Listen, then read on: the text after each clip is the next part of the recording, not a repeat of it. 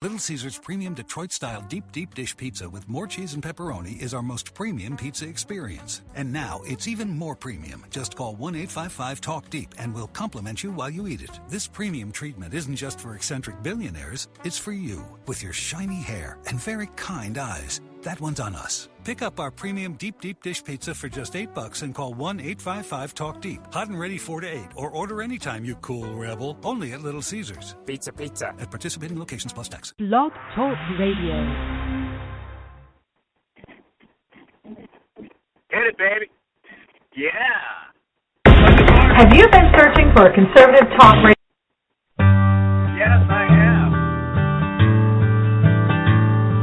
There is a young cowboy who lives on the range. There was some weird person there. His horse and his cattle are his only companions. He works in the saddle and he sleeps. Good morning, everybody. Waiting for summer. Good morning, Monday. Yeah.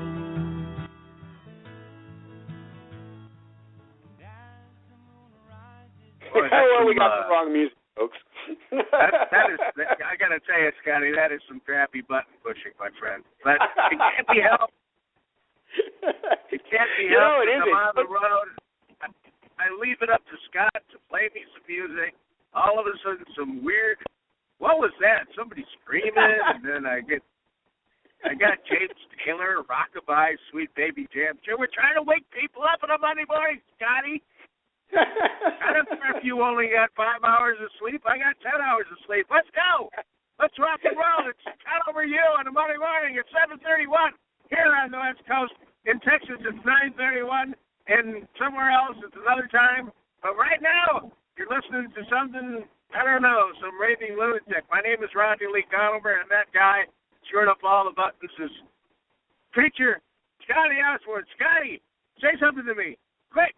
Hey, I'll tell you, I love Blog Talk, and I love the technology. It really is incredible technology.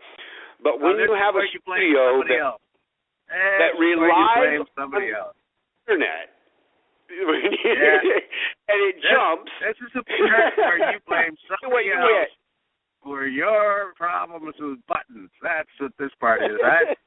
Hey, is it?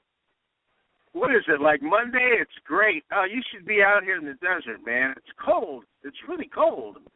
But it's beautiful and sunny. And last night was stormy. And I just love this time of year. The only thing I don't like about this time of year, Scotty, and I don't know how you feel about this as a man of the cloth, but the only thing I don't like about this time of year is Christmas music. Oh, shut that Christmas music off, please. I try to avoid. You can't avoid it.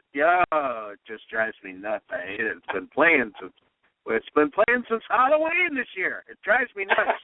But that aside, it's a beautiful morning, and God has given me one more day to live, and I could not be happier for that opportunity and my opportunity to be on Conover U with Scotty and the doctor, and who knows, Jennifer might even show up today. Who knows? It's going to be great, though. I'll tell you, once again, Scotty, I am right on, told you months ago, and I told everybody months ago, this is classic tortoise in the hare. This is the tortoise in the hare, and guess who the tortoise is? Ted Cruz, and he crosses the finish line first. He is slowly but surely moving up. He's going to win Iowa. Who cares about New Hampshire? What's there, 15 socialists over there? South Carolina, who knows what those idiots are going to do.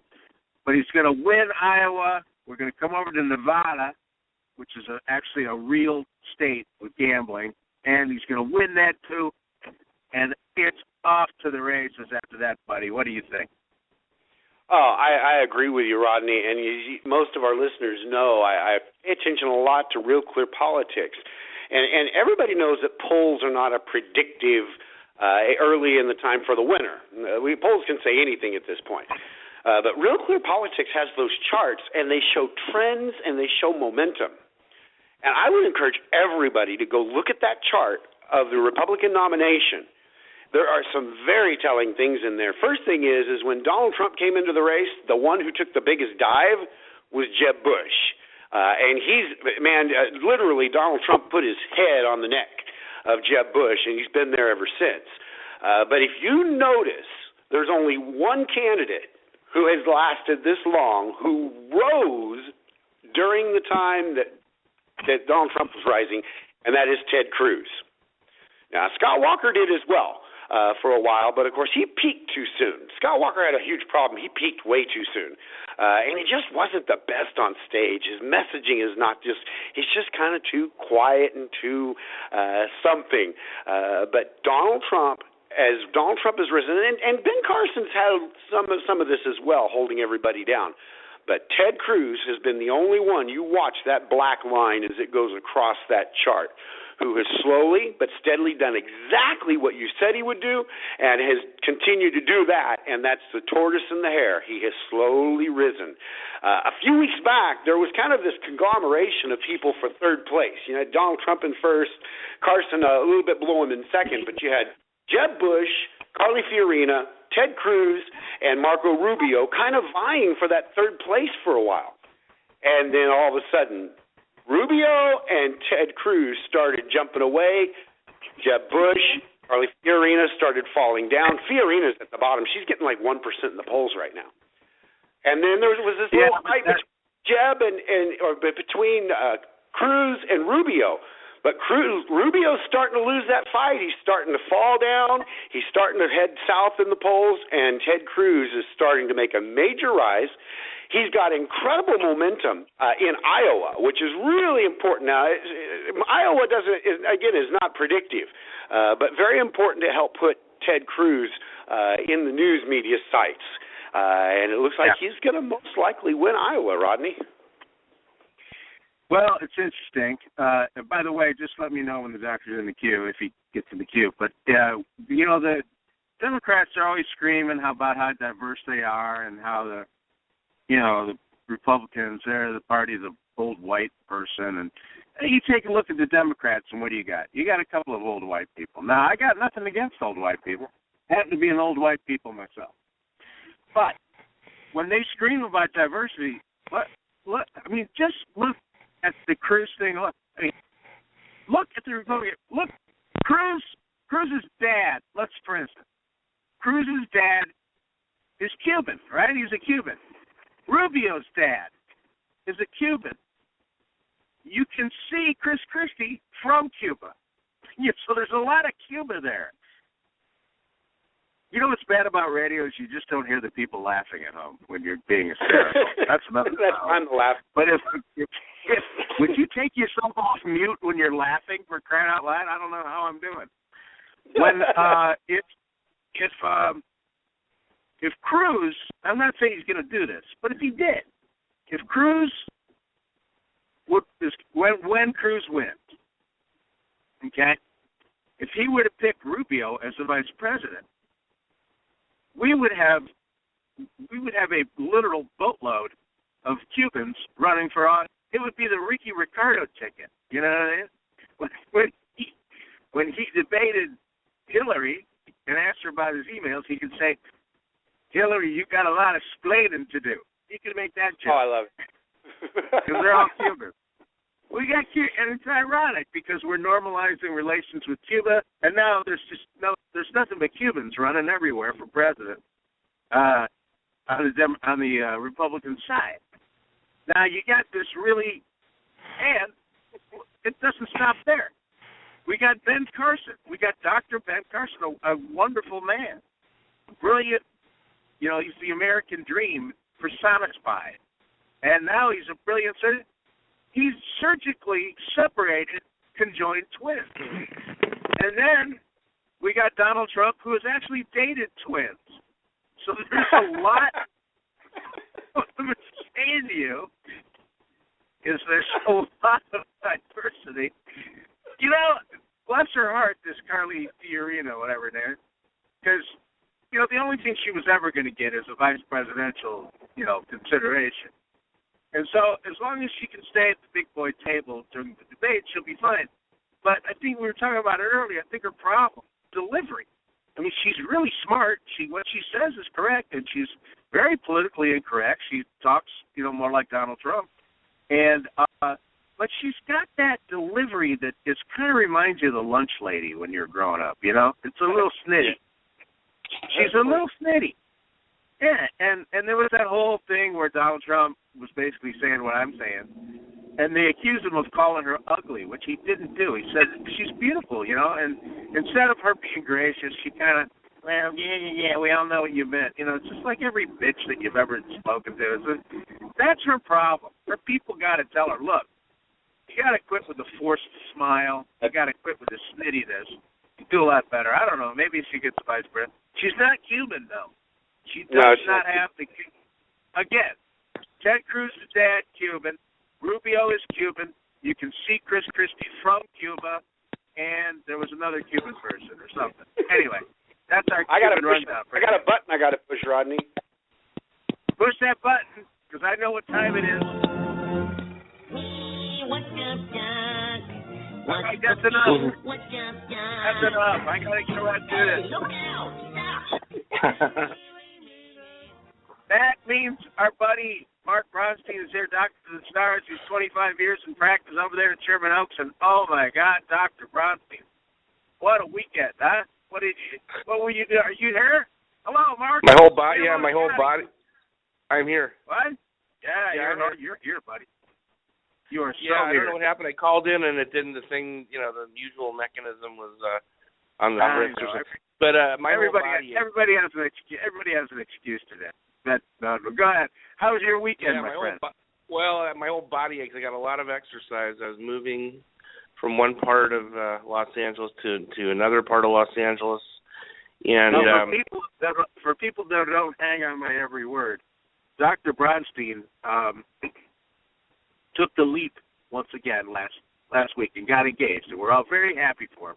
Thank you. You did not tell me. You did not tell me that he was moving. Are you moving closer to your engagee? Yeah, I moved out to from the San Fernando Valley to Los Angeles, right about a few blocks from Sunset Boulevard, near the Hollywood Sunset Strip. You can walk down to the Sunset Strip, Grauman's Chinese Theater. You can walk there somewhere. You moved to West Hollywood. You're down in the gay district. Yeah. That is. And I was born there. Beautiful. I was beautiful.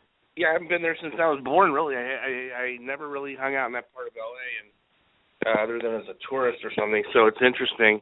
The tour buses go by all the time, showing the stars' homes. And are you a little bit above Are you a little bit above Sunset or below Sunset? Above. It's beautiful. Well, there's nothing better than that part. They call because a lot of gay people there, they call it the gay part of Hollywood, West Hollywood. But let me tell you, I used to work there, and that part of Los Angeles is really, really nice. So you moved to a really nice area. Very safe too. The gay men that live there, I don't know about how many women, but they don't tend to be violent. There's no graffiti. They tend not to litter. So it's cleaner than all the neighborhoods are beautiful, and they take care of their yard. Really. Yeah, and I was actually born not far from their Hollywood Presbyterian Hospital in 1959, and I'm sure it was a different neighborhood back then, right by Children's Hospital, but I never really lived in that area. Yeah, so it's interesting. I'm back to where I was born, within a mile or so. Anyway, that's what I did, and I had one thing I wanted to say on the show that I was thinking about that this weekend, and now I'm trying to remember what it was. Let's see, it was that. I was thinking about. I was in Riverside a week before this terrorist bombing occurred, and I think I mentioned that I went out to this Indian casino. I went with my fiance. Went to play a few slot machines. Just fun, and so we were there for about an hour, and we drove up, and there's a giant mosque right by the San Juan Mangel, something like that. San Juan Indian Bingo or something. But anyway, there's a giant mosque. I didn't know there was a big Arab community in Riverside. It's kind of high desert, sprawled out, sparse housing out there, kind of a lower socioeconomic group, mainly, I would say, American Indian and Hispanic, and originally, and so farm laborers, that kind of thing. And so I didn't know there was a giant group, one of the biggest mosques I've ever seen in my life, nestled in the hills, a mile or so from this casino. And that was a week before this all happened. And so it really stuck in my craw, that this terrorist act occurred. And I'll tell you that I think that one thing that isn't crystal clear in the news, one of the many reports about this incident, is like a lot of these terrorist reports, they're not making the connection like Benjamin Netanyahu would, or the Jonathan Institute with his brother. He started in honor of his brother, I think it was, in a study of terrorism, first organized study of terrorism years and years ago after the raid in Entebbe. That they study terrorism. These cells are proxy armies. They're not independently operating crazy people that get an idea from the internet. As you can see, they had physical interaction with people in training camps, most likely. They were radical, whatever radicalized means. They were radicalized years before they met one another. And it's a typical organized cell. And that's a proxy, to remind ourselves, it's a proxy army. This is how the countries like Syria, Iran, Saudi Arabia, I don't know about Saudi Arabia, but various of these 14 or so countries that harbor Islamo-Nazis, Islamic terrorists, this is how they function. This is these armies are trained by these countries. They're proxy armies. So we were attacked by a foreign country on our soil. These are not just crazy people that get a weird idea in their head and hate the government. This is an organized, funded activity by a government outside of our country. That's how the news media reports it, though. It's just a couple of crazy. They just happen to be Muslim. And you're absolutely right. If they do a little bit of digging, which the mainstream media does, of course, now they've had a month for certain news organizations to take a look at what happened. The guy got wired a bunch of money right before it happened. The guy was over in Saudi Arabia, or he was over, visiting overseas, in contact with all these radicalized groups, in direct contact with people who are out front, ready to attack the United States, got the training, went over to Saudi Arabia, got this other crazy radical woman who is directly involved with the Muslim Brotherhood and the other terrorist groups, got her in here on a what's called a fiancé visa. Your fiancé didn't get in here on a fiancé visa, did she, Doctor? No, her relatives are from Jamestown. They could trace her relatives back to one of those colonies in Virginia. I can only trace my heritage back to 1959. But I was just checking because this guy went over there and brought over this terrorist woman on a fiancé visa. I've never even heard of that. If I would have heard of that, I'd probably be married by now. I'd go over and get me a fiancé visa somewhere, preferably an Eastern European country, and I'd be married. But this guy goes over there, he brings back a terrorist with him, and they carry out this act. And the news media, like you said, they report it like, just crazy people, and really, if we had more gun control, it would never happen. And it's just nuts. It's just crazy. Yeah, and that's another psychotic connection. It makes, again, F-, if this was the kind of thinking in medicine someone used to come to a diagnosis, if you look at all the symptoms, where the guns came from, where they get their guns, what their motives are, none of it makes sense the way the news reports it. If someone reported a patient to me with those symptoms, then it would be crazy. I would F-, no license, nothing. That's it, to practice it, because it's not thinking. It's not. It shows awful, illogical thought processes. It doesn't make any sense. And what it really is, again, proxy army attacking us, just like Japan did on D-Day. There's no difference, zero difference. This is like the Japanese bombing Pearl Harbor, but a different number of people bombing us. That's all. It's the same thing. And just so is 9/11. It's the same thing. It's sponsored by another country. We've already had our we've already had our Pearl Harbor. And that was 9/11, and now we're just getting attacked and attacked and attacked and attacked. It's another Pearl Harbor. What's the difference? It's another Pearl Harbor. Yeah, crazy. And we've got an administration that is busy trying to bring in 500,000 Syrian refugees, and if you take a look at them, there's no women and children, there's no orphans. It's just a bunch of Who knows? The thing is, I don't have any problem with people from Syria. I have some buddies from Syria that run a convenience store over here near me in Lake Los Angeles. They're good guys, and they're Americans. They need to stop these people. Yeah, you got to stop. Oh yeah. The other thing that's crazy is, okay, so that's part one of the crazy part, that we don't recognize this as an attack by a foreign enemy that's organized. It's their army. This is their military. This is how they do it. It's like a SWAT team coming from Japan during World War II. This is coming from a different country. All right, there's that. Then there's the part where our president then turns around in the news and yells at us for not being good people. He yells at America. Like, what the hell is that about? He yells at us as if we're the greatest country that's ever lived, in my opinion. Every culture, again, I'll say it for the billionth time, every culture, color, religion, we get along without killing each other every day. And it's the first time it's ever happened, to my knowledge, in history to such an extent, such a large area. So many people get to get along. With 1 million legal immigrants coming in a year, we somehow absorb that. This country is a miracle, and we should pat ourselves on the back every second of the day and thank God for what we have. And I'm not even religious, but thank God for what we have. Instead, our president yells at us when these terrorists attack us, that something's wrong with us. What the hell is that about? Why is he yelling it down? It's our fault because we're xenophobic and we don't like, this, and we're against that, and we got too many guns, and we're to our religion and Scooby-Doo. Well, listen, I don't know how anybody, any politician, I don't care who you are, I don't know how anybody puts up with this. Well, we're just, at this time, at this moment, we're just going to bring in 500,000 Syrian refugees.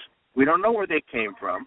Our own FBI, Department of Homeland Security, our own agencies say flat out, we cannot vet these people. It'll be impossible to vet these people. And they say, well, we don't care. We're bringing them in anyway. And right now, as we speak, they're being sprinkled all over the country. And it's just nuts. And I'm, although this guy in San Bernardino did not, come here through that particular method, so what? He's another guy that was not, they should have had their eye on. And certainly when he goes over to Saudi Arabia, brings back this other terrorist woman, was she vetted? No. If she was vetted, you would have found out all the connections with her. He had a Twitter account that was like the Syrian, army, death to America, whatever. I mean, it would have been, it's so easy, and they're busy listening to my phone calls. And by the way, that doesn't bother me if the NSA listens to my phone calls. In fact, I pretty much start every phone call off with some sort of terrible thing I say, and then I start talking about sex, because I know these guys are lonely listening to my phone calls. And they need a little bit of break. But they could have listened to 1 or 2 phone calls, this guy in San Bernardino, and they'd have had him pegged. His next-door neighbors knew what was going on. They were afraid to say anything because they didn't want to be called bigots. His own father comes out and gives an interview to some Italian news. Says, "Oh yeah, this guy's radicalized. He hated people. He wanted Jews wiped off the face of the earth." And then Donald Trump has the temerity to come out in public and say, "Look, we should stop people from coming into this country." Not citizens. He made it very clear. I'm not talking about American citizens, but we should hit the pause button, and we should stop Muslims from coming into this country so we get a handle on this thing. Place goes nuts, calling them a bigot and saying he's crazy and da-da-da. And yet there's complete precedent for this. Jimmy Carter made an executive order during the hostage crisis in the 70s, an executive order. No more Iranians will be coming into this country. Stopped it cold. No more. And he ordered some 50,000 Iranian students to report to immigration to be interrogated, whether they had visas or not. He ordered, by executive order, Jimmy Carter said all Iranian students here on a visa must report. And if anything is funky is found, they kicked him right out of this country. They deported him ipso facto. And before that, of course, all we got to do is go back to World War II, another Democrat icon. I'm not going to mention the president's name, but his initials are FDR. and he put Japanese American citizens in prison camps. He put them in gulags. And you're going to complain about Donald Trump saying, wait a minute, maybe we should pause and see who's coming in here and stop it until we get a handle on things? People are nuts. I mean, people are absolutely have lost their minds. Don't you think? Yeah. I'll tell you something. Without the Republican in office, we're doomed. And I was talking to my mom again this weekend. I went over there. She's 96, and she's been a diehard Democrat. She's one that said she'd rather die than vote for a Republican. So she was asking, who's this Tom Cruise guy? All she does all day is watch the news. That's all she does, 24/7, is watch the news. And she said, who's this Tom Cruise guy? And she started laughing and said, what do you think of Donald Trump? Like everyone, it's preceded or followed by the word Donald Trump in the Democratic language is often followed or preceded by laughter, nervous laughter, but it's followed by laughter. It's a joke. And that's how they do that. That's how they communicate that, because that tells you right there what they think. And then Cruz is, who is Cruz? That's Cruz. Who's this Tom Cruise guy? Or whatever. I mean, Tom Cruise. Who's Cruz? I don't even know his name. What's his first name? I don't even know his first name anymore. Cruz. So I mean, I like him. I see him speak, but no one knows who he is. I don't think he has a hope of beating Hillary. No one knows, and he doesn't elicit passion. Like I said, he doesn't come across like a John F. Kennedy or even Clinton or Reagan. He doesn't have that personality to woo the Democrats. You have to woo them emotionally. We talked about it so many times. And I was thinking about this weekend again with my mom's reaction. Who is this guy? I don't even know. Who is he? What is he? I don't know. And he's supposed to beat Hillary? And everyone's going to vote for Hillary. They don't care what she's done wrong. It doesn't matter. Right. There's a certain percentage, and Scotty and I have gone back and forth on this. Hillary's got a certain percentage of people that are going to vote for her, and I've always said that everybody who voted to re-elect Barack Obama, every idiot, every person in denial about anything in the world who voted to re-elect. Now, I'm not saying about 2008, because a vote for Barack Obama in 2008 was a vote of optimism on a lot of people's part. But a vote for Barack Obama in 2012 was an act of pure obstinance, because people just had so much invested in him they had to vote for him again. When you re-elect a guy, when you re-elect him, you're one of two things. You're in denial, or you're just a complete idiot. I'm sorry. The politicians, time and time again, one of the things they always say, the American people are not stupid. I got news for you. You voted to re-elect, not to elect, but to re-elect Barack Obama. You're stupid. You're a dumbass, and you need to stop voting. You need to just or they don't like America.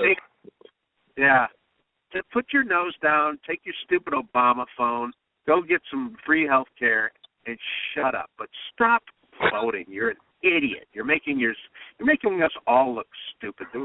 Doc, what do you think about people around the world? What do you think they're looking at us and going, what happened to America? What is wrong with those folks? It's sort of like watching Superman after he found the what was that, kryptonite, and he has no more power. It's like the erectile dysfunction logo or something. It sucks the energy out of you. You just feel a weakness in your legs when you think about it. We don't have that image anymore. We need someone to restore, like Reagan did, restore the respect and the healthy fear of America. A healthy fear is like the healthy fear you have of your parent. Your parent's not going to kill you, hopefully. Your parent's not going to, but it's important to have a healthy respect and a healthy little bit of fear, or you're going to go down the wrong pathways in life, and that's true for the rest of this planet. They have to have a healthy respect for us to go down the proper pathway in their lives, or they're going to screw something up. All of them. What do you truly think end game was and is? I mean, what is his end game? Is his end game, is it truly to kind of bring America down to the level of everybody else? Or is he a Manchurian candidate, or what is his problem?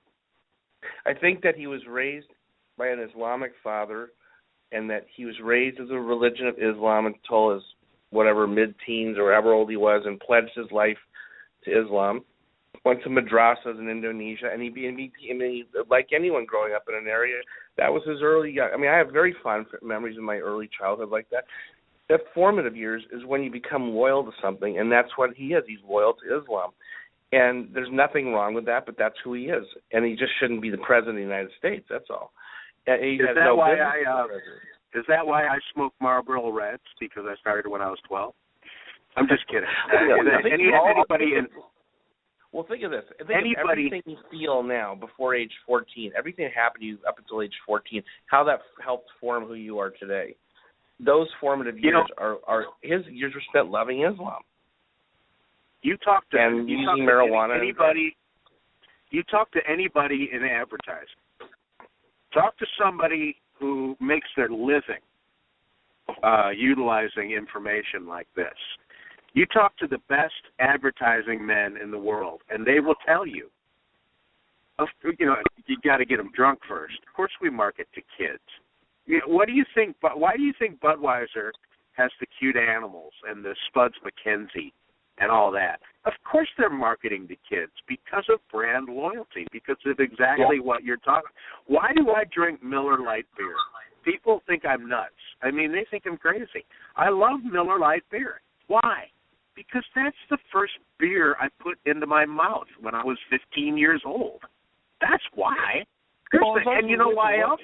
Because of those commercials with Rodney Dangerfield and all the sports heroes. Remember that? How did that go? Tastes great, less filling. And when I was a kid, and that's why I'm brand loyal. But think about this. Think about religion. What percent of current Catholics were born into Catholic families? And why did they become Catholic? Why did they become Jewish or Protestant or Islam? Why did they become Catholic? Because that's how they were born and raised. That's what it's ingrained in their soul, and that's what's happened to him. And with his name, if you have any doubt, think about his name. Are you kidding me? He has an Arabic name. I don't know any Jewish white guys that have Arabic names. I'm a Jewish white guy. I was adopted as a Catholic. I don't know any Catholics that have Arabic names, but I know Arabs that have Arabic names and Islamists that have Arabic names, and that's what he has. So if there's any question, you look at what's his name. Yeah. Why would someone name him that if it's not his culture? Why not? Why would they name him John Smith? Why that? Well, on the face of it, though, there's nothing wrong with that. I mean, no, but it's identified as culture. Yeah, obviously there's plenty of Arabs in this country there's millions of Arabs in this country that are not trying to blow me up, but but there are a lot of Asians that name their kids American first names. It'll be, John Ching or whatever. They'll use an Americanized first name. Not Barack Obama. He has a Arabic first name, which means his family heavily identify with that culture growing up. I mean, that's what they wanted him to be. Or to identify. I'm just saying that it kind of fits the whole pattern. No, you're right. It's why you're right. And I think it answers the question, what does he want? He wants us to be less like we are and more like they are. Have less and them to have more. Divide everything up. Well, when you ask somebody what are they, and if you're talking about religion, they won't tell you how they feel now. They'll tell you how they were raised. Like if you ask me, what am I?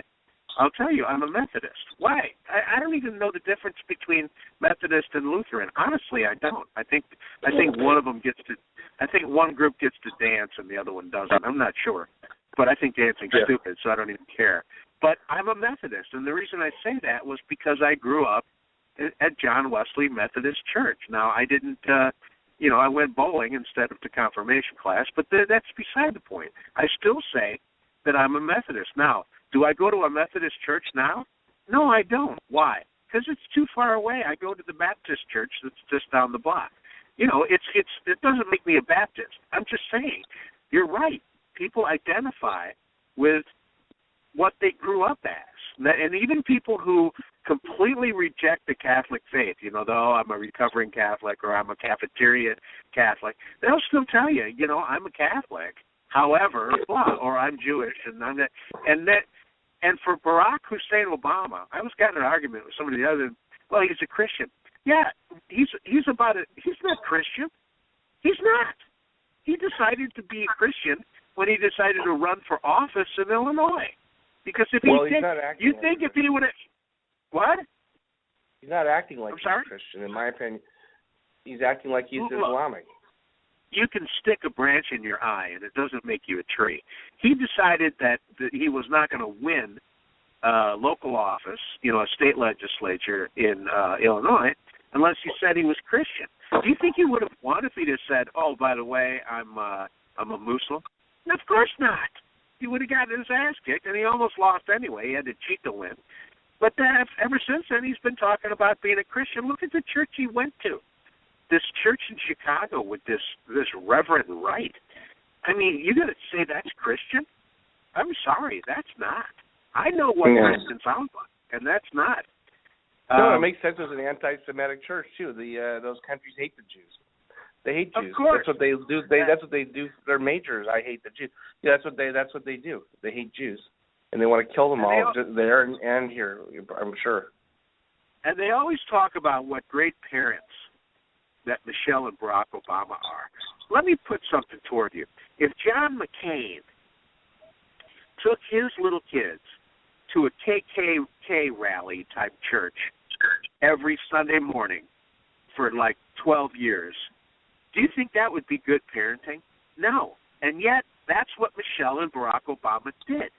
They took their kids to that hateful, bigoted, anti-Semitic, anti-American church and put their little babies, their little kids, sat in that church listening to that crap for 12 years, and yet they call these people good parents. They are bad parents. Michelle and Barack Obama are shitty parents. They're the worst.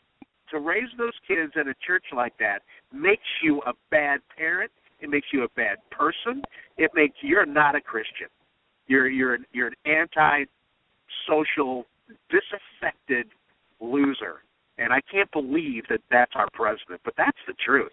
Sorry for did I quote scripture there, or did I just cuss a little bit, Scotty? Yeah, actually, you did, because by your fruits you'll be known. And you both really quoted scripture. You can tell by looking, like Dr. Brownstein, he's not acting like a Christian. And you can look at anybody in any denomination, I don't care what you are, Baptist, Methodist, Church of Christ, Lutheran, all recognize the United Church of Christ as a far-out schism, full of hatred. They hate that not only the Jews, but they hate America. It is a very liberal mentality. It isn't a Christian mentality. And the Bible says you can look and you can know. And we can look and we can know. And we can also look at the way Barack Obama was raised, where he went to school, the mentors that he had around him. The least case scenario we could say is that he has a very fond place in his heart for Islam. Well, to say the least. I mean, on that note, I have to get going. I have some sick people. It's 8:07 on the West Coast, and that means there's been 3 people sitting in a waiting room waiting to be cured by Dr. the Stars, Dr. Brownstein. So we're going to let him go. See you next Monday, Doctor. And I hope I talk to you between now and then. Be healthy. Well, there he goes. Another morning with the doctor. Boy, I tell you what, Scotty. We used to have the doctor on at the end of the show. He used to be the closer. I like him better as the opener. What do you think? Very, very true.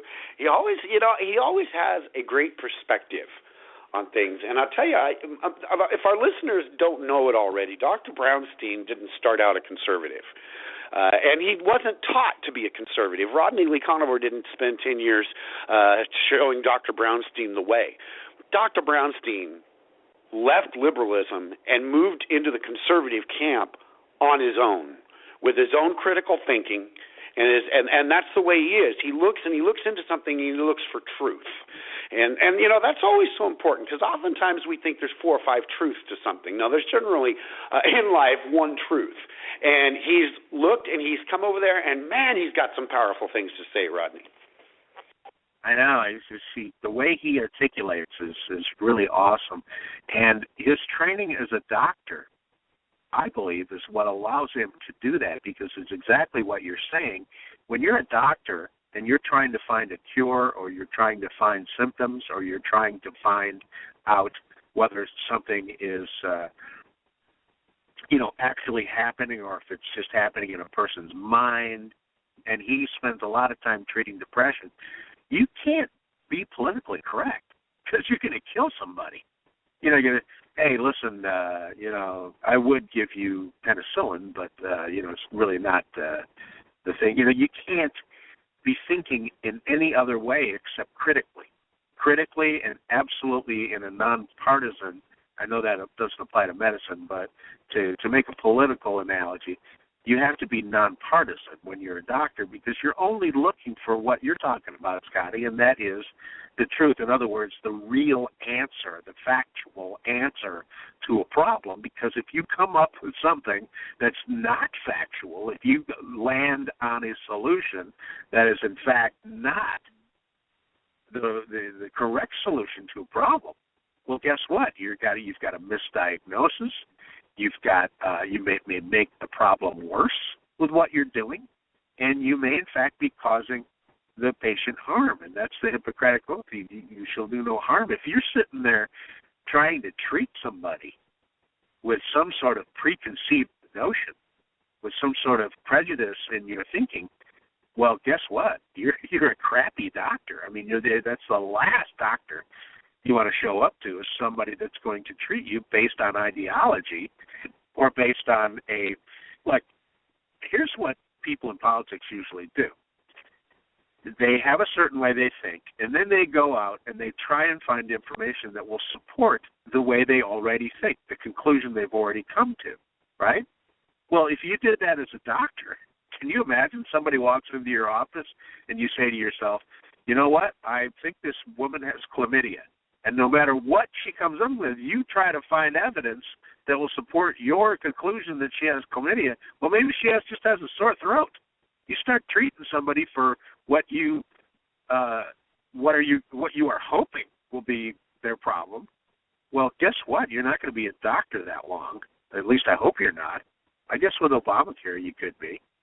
But I think that's what, to a large degree, what allows the doctor to think so clearly and articulately when it comes to politics. And that's why I love having him up front of the show, because he helps me sort things out, which is nice too. Dr. Bronstein used to be my doctor. And darn it, Scotty, I'm going to take conservative. What do you think about that? I think you should. And did you notice the meme that I used for the show today? No, I didn't. I was on the road, and I think they say I used my good old friend Bubba Guillaume. Most people would remember him from Blazing Saddles, but he was mostly, I think, famous for the Pace Picani commercials of the 90s. Remember him? He's a friend of mine, lives here in Dallas area, and I used New York City. New York. That guy? That guy. He's a good friend. We're going to have him on the show one of these days. He stays really busy. He's on every billboard, I think, between here and North Texas. But he's really a great guy. But it's on Obamacare, the meme. So, of course, well, I'm trying to find it so I can get the exact words for it. Let me find it here real quick. Isn't it? But don't they say meme? Isn't it called meme? I don't like meme. I always call it meme. It's kind of like I always call it instead of Ethernet. Ethernet to me sounds like something that's going to put you under. Okay. Well, no, I didn't see that. But, of course, whenever you talk about political correctness in the world of movies, there's two films that always come to mind, actually three. And that one of them is The Bad News Bears, and the other one's Animal House, and the other one is Blazing Saddles. These are three movies, and you could throw Caddyshack in there too, but I'm not going to. Animal House, Blazing Saddles, and The Bad News Bears. three of the greatest movies ever made. Ever made. They're just funny from front to back. They've got character. They've got story. They've got pathos. It's all there. Those are also three movies that you could not get made now because of political correctness. Now, they remade The Bad News Bears with Billy Bob Thornton. The funniest thing about the Bad News Bears remake was at the end of the film. Now, if you remember the original Bad News Bears with Walter Matthau and with Tatum's, what's her name? She got married to the tennis pro, to John McEnroe. Tatum O'Neal? God, what's her name? Tatum O'Neal, yes. The really lovely little child actor, Tatum O'Neal. She eventually would go insane. But she was so good in that film. And there was just these great little actors all over the place. And Walter Matthau running the show. And it was just so, that movie, you watch the original Bad News Bears. If you just want to feel good about yourself, you watch the Bad News Bears. There's a story, there's lessons in it. But at the end of the film, Walter Matthau learns his life lesson. And the Bad News Bears end up losing, but he gives every kid a beer. These kids are like, little leaguers, and he gives them all a beer, and they all go out in the field and they shake up their beers, and it's just a really good time at the end. Now, the little kids are not sitting there drinking beer, but just the fact that Walter Matthau would give them a beer, and in the remake, in the role of the coach, the manager, the same role as Walter Matthau, in the remake, at the end of the movie, Billy Bob Thornton gives each kid a beer, and he turns to the camera and says, it's O'Doul's. There's no alcohol in the beer. They had to make it clear that they were not giving a beer to fictional characters in a film. And that's just one little tiny example, but it was just so glaring. I'm watching this remake, and I'm going, God, I wonder what they're going to, because the whole thing is politically correct. The entire remake is just 100% politically correct. And I'm thinking to myself, what are they going to do at the end when the coach gives everybody a beer? And he does it, and he goes, well, that's O'Doul's. It's not. Thank God it's non-alcoholic beer. He says something like that.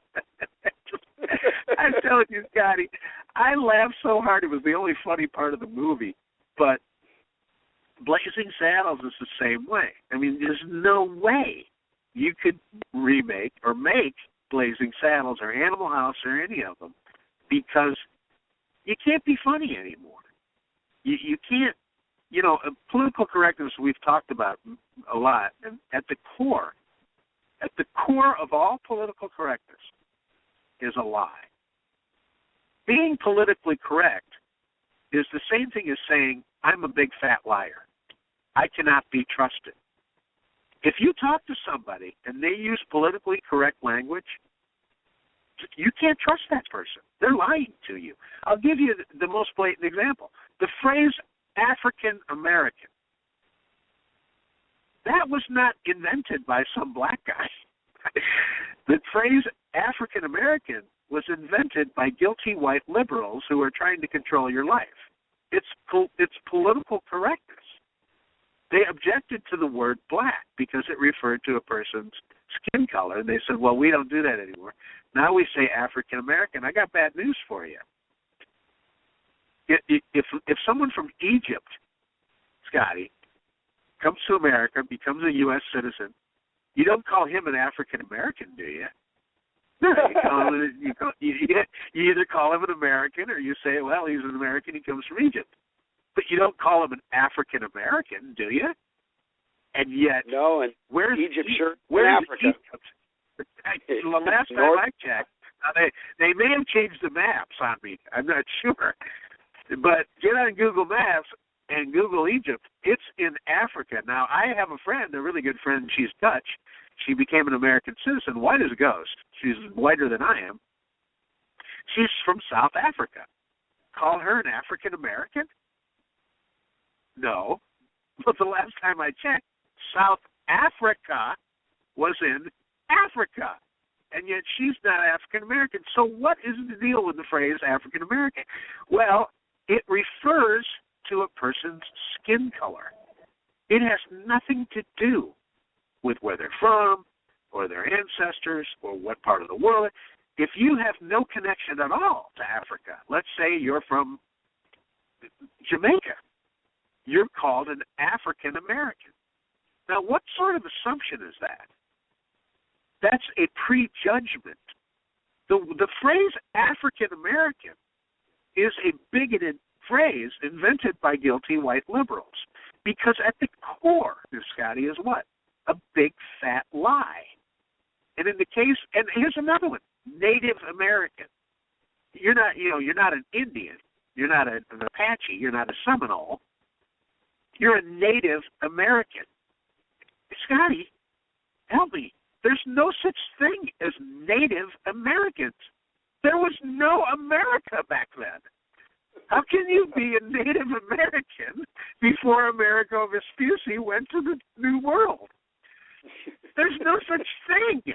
The phrase Native American is bigoted and refers to some sort of notion that if you say Native American instead of Indian, and we all know that Indians got their name because Europeans thought they had landed actually in the country of India. That's why they're called the West Indies out in the Caribbean, and that's how they started calling Indians Indians. But to say that they're Native Americans, again, Indians didn't make up that phrase. And in fact, if you go down to Florida and you call a Seminole Indian a Native American, they'll slap you silly. They're getting rich off being Indians. Are you kidding me? Are you nuts? Do you think that the Florida, is it the Florida State Seminoles? Is that the team, the college team? Whatever. Yeah. Do you think for a minute they're going to change the name Seminole because it's a racist mascot? Hell no. They and the Seminole Nation down there, they make millions of dollars from jersey sales and from other paraphernalia related to the college. You go up to the chief of the Seminoles and say, hey, guess what, man? I'm going to start a group, and we're going to get these racist bigots to change the name of the Seminoles. And he'll slap you. He'll hit you with his tomahawk. I mean, he'll want to scalp you. He said, don't screw around with that. We make millions of dollars of that. Yeah.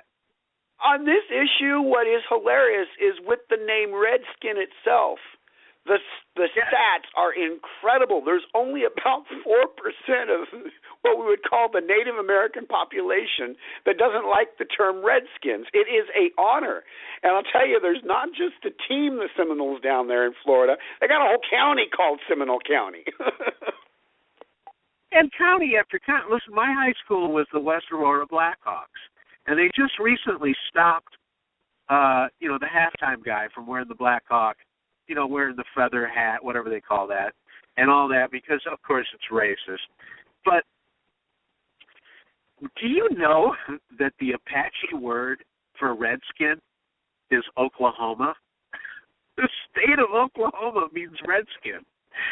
I mean, it's just so freaking ridiculous.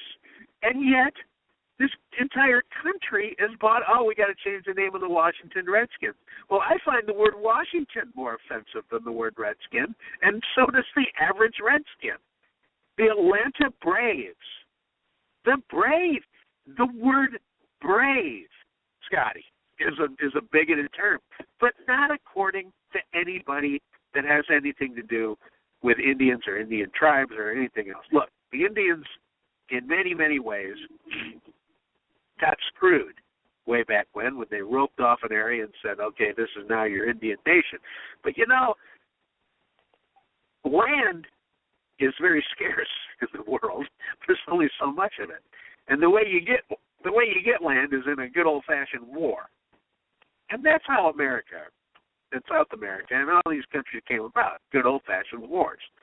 The idea that Indians, tribes, did not fight and murder and wipe out, in many cases, other Indian tribes is ridiculous. It's just as ridiculous as the notion that if Columbus didn't sail to America, that somehow North America would be roamed by horseback Indians is insanity, and people are just nuts.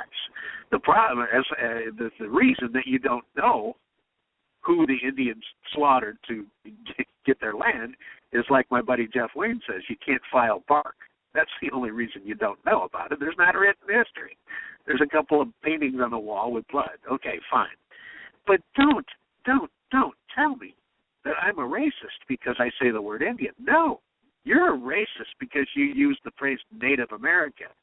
Scotty, who's a Native American? Who was born makes them a Native American? None of them. But I'll tell you, the only person that are Native Americans are white Europeans that were born back then, and their descendants. Those are the only Native Americans. You just basically informed me, though, that Gordon McRae and Shirley Jones are severe racists. Well, because they not only yelled Redskins, then they sang Redskins.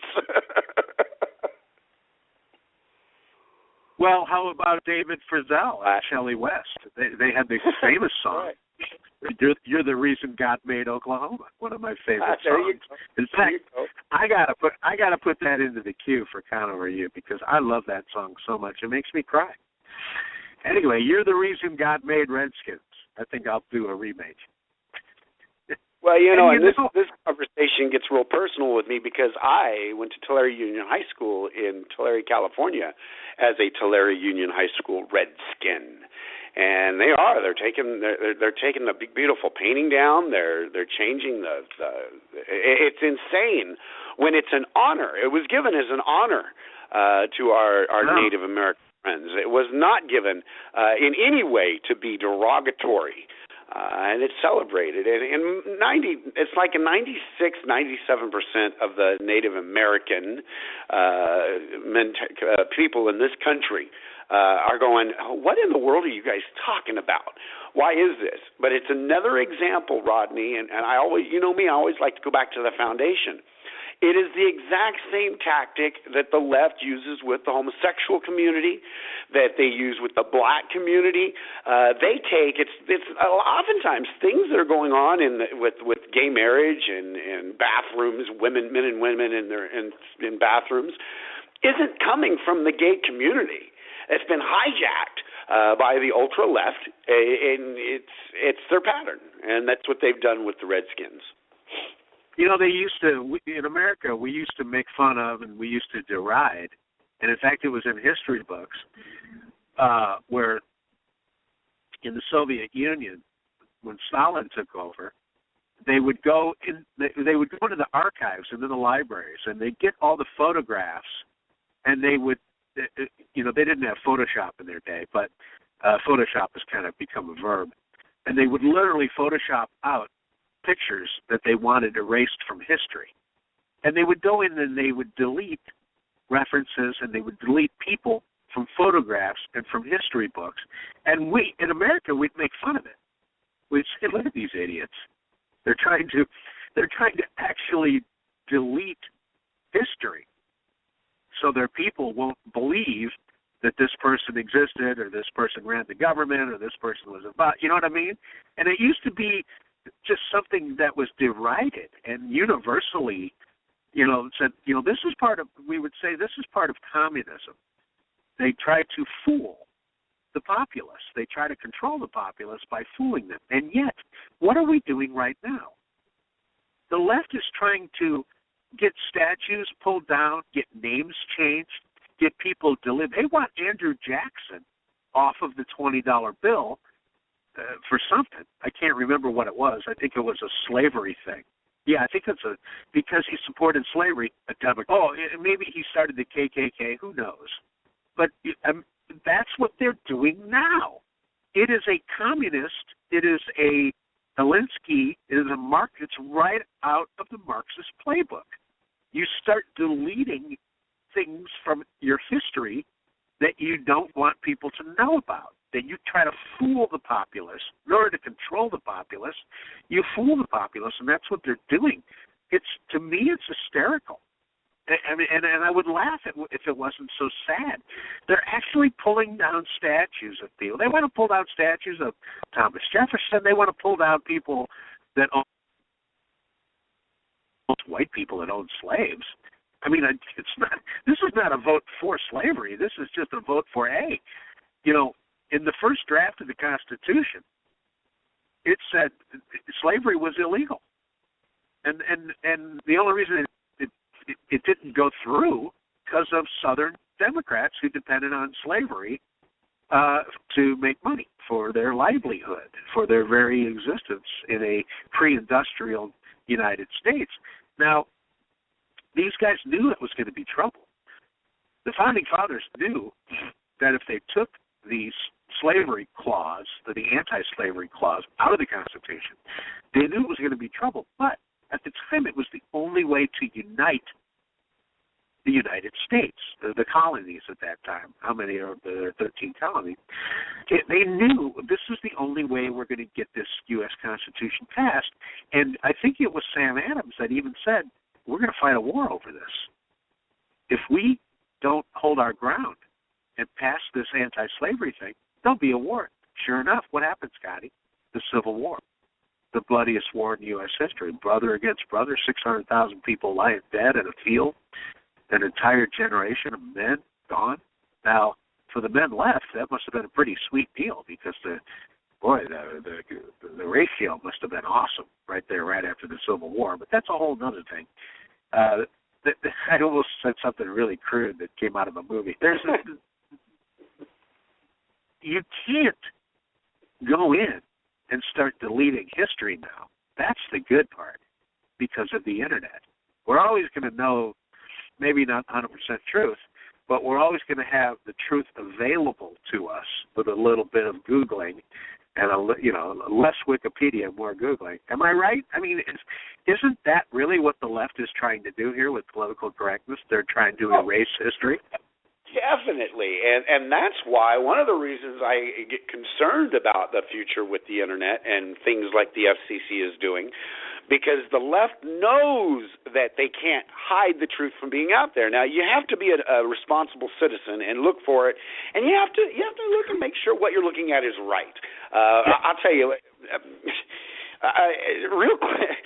Sometimes I just want to strangle people, but in a good group that you and I are fully well connected to from Herman Cain days, somebody posted something about Trump calling Scalia a racist by the remarks that he said. And I turned around and I watched the clip.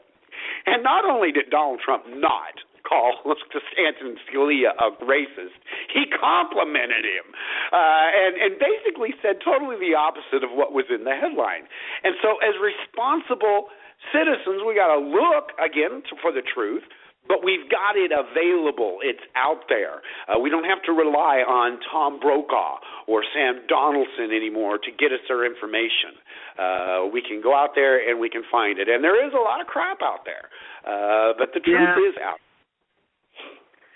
Speaking of the truth, you need to go to www.joeforamerica.com. Why do I say that? Because Scott Osborne, correct me if I'm wrong, sir, has an article up today. Why don't you tell me about it? What's Scotty's article out there today? It's a good one. Man, I'll tell you, Rodney, it always happens in Texas. And one of the reasons it happens in Texas is because we fight here. But we've got an actual mosque that was closed down because of terrorist ties in the largest terror trial going on in the United States for funding terror. And you got this mosque sitting over there, not too far from me, really, kind of over near the Six Flags over Texas area. And they've been shut down because it was found out that the mosque was created for the sole purpose, not of worshiping Allah, not for the worship of the purpose of sitting down and praying. Nobody has a problem with that on a political level. but because it was designed purposely to fund these terrorist groups. And people have died through the money, and they've connected all the dots while the president is trying to blame it. Is he blaming this one on a YouTube video? I lost Rodney. But it's crazy. And there's another article, Rodney, though, that I think is more important, and I want to take the time to talk about this for a minute.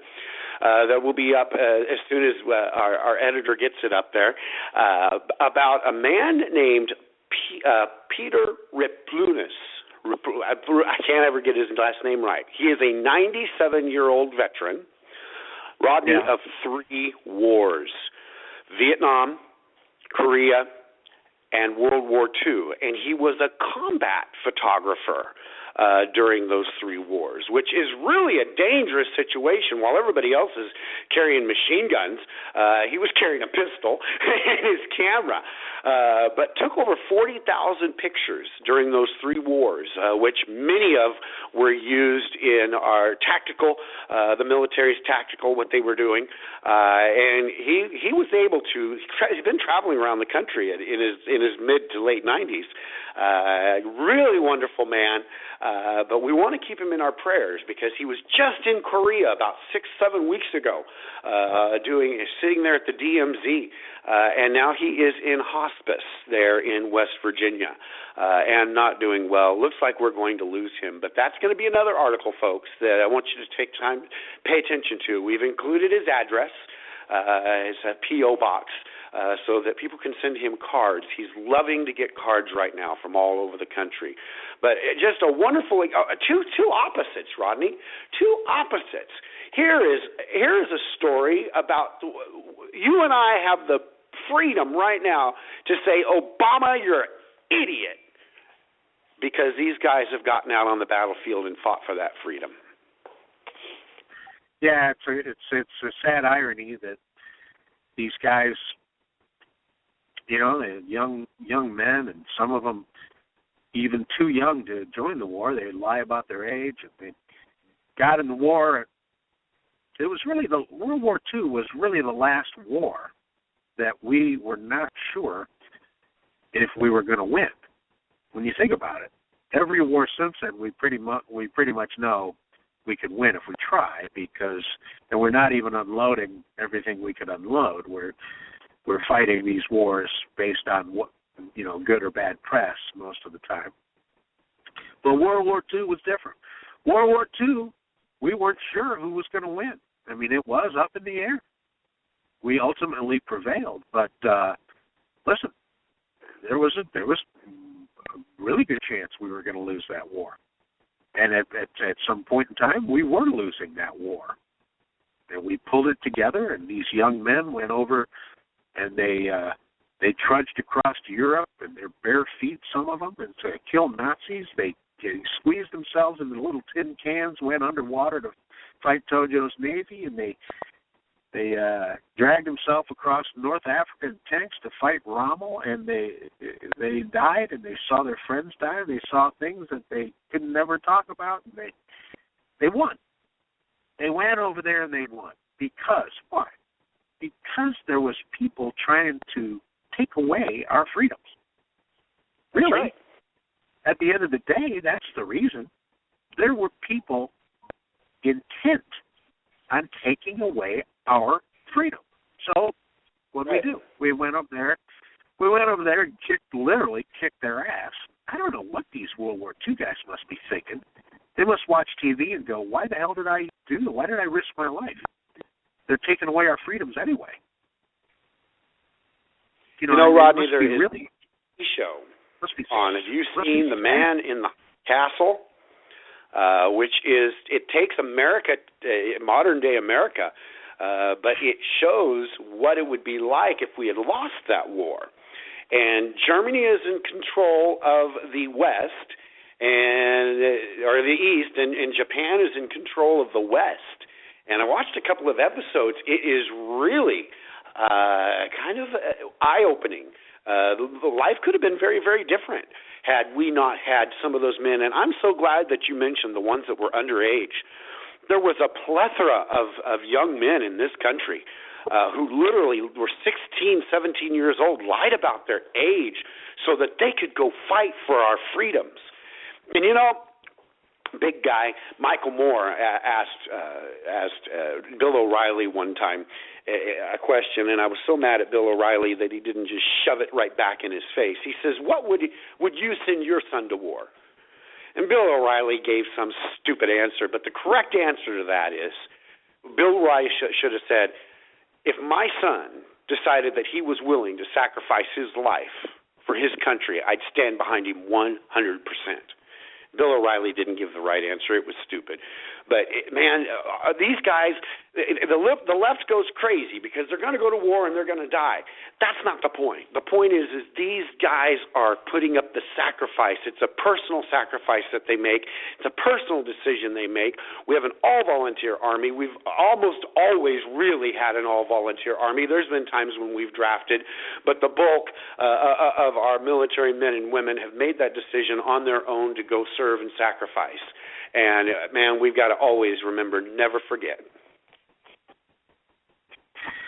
Yeah, I mean, I'm sitting here trying to put myself in a World War II guy's shoes and watch TV, and they just one after another right is being infringed upon, you know, drip, drip, drip for the last 50 years, and they kind of think, why the hell did I go over to Africa and Europe and the South Pacific? Why did I risk my life for these chumps who just turn right around and they're just giving it away? You know, that must drive them nuts to watch TV. I mean, it must really chap their ass. You know, they raised a bunch of, and you know, I'm not blaming young kids. I'm not throwing blame in it, but they got to be watching things, going, hey, dudes. We fought wars to give you these freedoms, and now you're just treating them like whatever. Now you raised a bunch of you ask the average 20-year-old about the Constitution. Do you think the Constitution is good? And they'll not just think about it. They're being taught that the Constitution is a bad thing, and capitalism is a bad thing, and that freedom is a bad thing, and that America is a bad thing. I mean, it's not. I'm not being cliche. They're literally being taught that. They're literally being taught that we had no business fighting World War II. We have no business fighting any war. Now, there are some wars that are better than others, but I think at the end of the day, you're going to fight a war. Listen, I'm very anti-war, very much so. I remember I was kicked out of an Atlantic City casino because I criticized the first Persian Gulf War, which I think was stupid. Sorry, guys. I think these are wars in the Middle East are stupid. You can sit there and say they're well-intentioned, but I think they're stupid. When we were attacked in 9/11, and believe me, it was an attack. It was in all the papers. When we were attacked in 9/11, I'm not for sending young Marines over to the Middle East to die, get their nuts blown off. I'm not for that. I am against that 100%. I was against the first Persian Gulf War, and I'm against the second Persian Gulf War. Why? Because we just go over there and young people get their nuts blown off. That's why. And I don't like volunteer armies. I don't like it at all. There should be a draft. Do you know how many wars there would be if we had a draft? I'll tell you, there'd be far less. If you have a problem with the people who attacked us on 9/11, as I do, then you must have a problem with the people who tried to blow up the World Trade Center earlier that decade. I think it was 1993. The first attempt to blow up the World Trade Center was done by a lunatic working out of a federal office in Baghdad. Okay? Then you have a problem with that, too. And if you have a real problem with terrorism, then you ought to be pissed off at the people who are financing the terrorism, sending over 100,000 Marines. This war in Afghanistan, Iraq, been going on longer than World War II. Can you imagine? And you're for that? Who's for that? I'm not. I'm against it. I don't think it was funny to watch General Schwarzkopf, show the videos and laugh about some guy getting blown up on a bridge. I don't think that's funny. People sit there and laugh. Oh, look at this smart bomb going in and blowing. it's like it was like this reality TV show on the news every night where we would show us blowing people up. That's not funny. You think God thinks that's funny? God has a sense of humor, but that ain't part of it. If you have a problem with the people who attacked us in 9/11, bombs over there and put them into the right tents, like Reagan did. Drop a few bombs on the heads of the people that are really responsible. Drop a big one. It doesn't have to be a nuclear bomb. You want this idiot in Iran? You want these mullahs? You want these Khomeinis? You want this what's his name? God, I can never remember his name. I'm a dinner jacket or whatever his name is. Aqua Velvet Man. You want him to shape up? You want him to stop with the nuclear program? You take one of those 2,000-pound conventional bombs, fly over the country of Iran, and drop it in the middle of the desert where there's been guys having sex with goats. Just drop it. And then call up Aqua Velvet Man, I'm a dinner jacket, and say, hey, dude, look out your window to the west. I want you to watch. And when he sees what a 2,000 megaton bomb can do, or whatever, the biggest bomb they got, and say, the next one's on top of your head if you don't shape up. Okay? That's what I want to do instead of sending in Marines to get their nuts blown off. I want to have a clandestine, a CIA, an intelligence community that goes out and does the legwork and gets a guy like Bin Laden, also from Saudi Arabia, as were the hijackers from Saudi Arabia. That's funny how we bombed the hell out of Afghanistan, the country that we helped defeat the Soviets in 1979. That's funny how we bombed the hell out of those guys, but we leave Saudi Arabia intact. Okay, great. What have we solved? Nothing. We finally establish, a bulkhead. We win a war in Iraq. What does our president do? And he gives it away. Listen, I don't want to fight a war that some idiot like Barack Obama is just going to give away. All those people that were injured and killed, all those young men and women, it's all for naught. Sorry. It's all for naught if you give away the victory. And much like the guys who fought World War II to keep our rights, it's all for naught if you just give it away later. You were going to say something, Scotty. I'm sorry. No, I'm just laughing. You keep me laughing. I always tell everybody, even on a serious business conversation on the phone, you keep me busting up. It's just you. And I generally spend most of our shows on mute because of anything but my laughing in the background. No, I want you to don't put yourself on mute. I need to hear reactions because, I'm being a little bit funny, but I'm serious when I say I'm anti-war. I'm anti-sending in kids to get their legs blown off. I'm anti that. And you know what? You know what should be mandatory in this country? Mandatory should be charitable service, a couple of hours a week or whatever down at the VA. Go see people that are getting their legs blown off, and then you tell me how pro-war you are. Because believe me, you won't. Believe me, you won't be. And when you see how people are treated, you'll think twice about socialized medicine. And when you see how people are treated, you'll think twice about these idiots that puff up their chest and say, we need to send these wars these cool names, Operation Get Your Nuts Blown Off or whatever they're calling it. It pisses me off.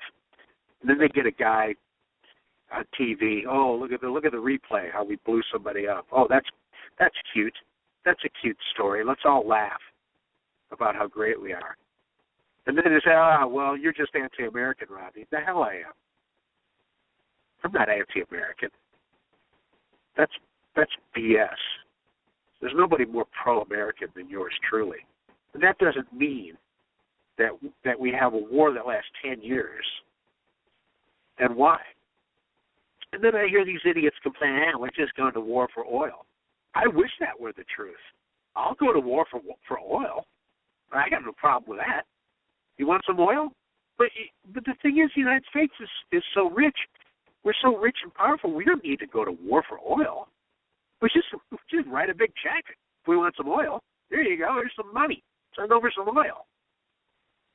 If we were going to war for oil, we would have gone after Saudi Arabia a long time ago. Yes, we'd have all the oil we want. You don't think we can keep the Straits of Bermuda? You don't think we can keep the Straits of Bermuda open? That's a joke about martinis.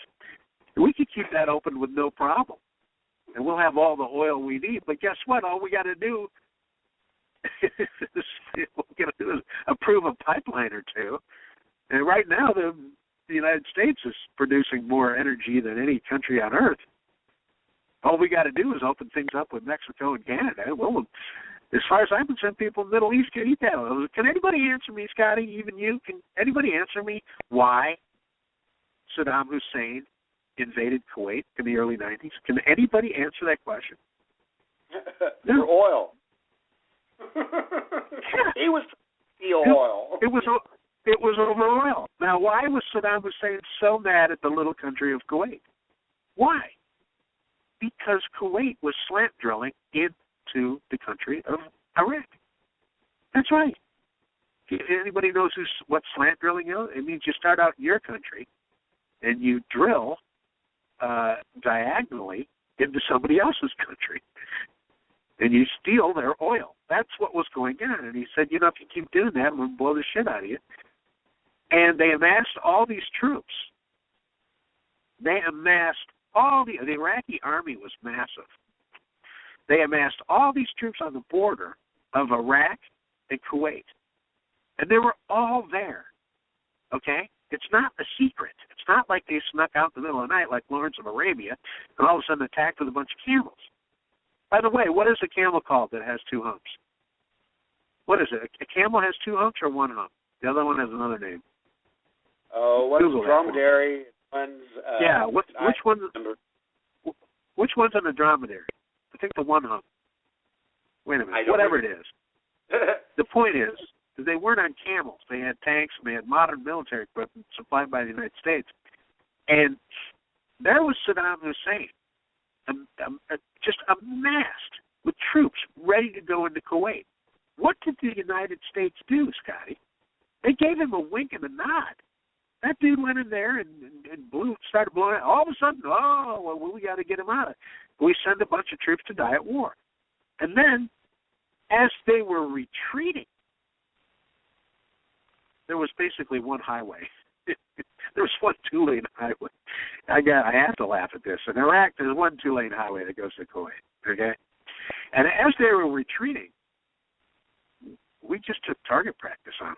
We just absolutely slaughtered the Iraqi army, and we blew up the infrastructure in Baghdad and major cities in Iraq.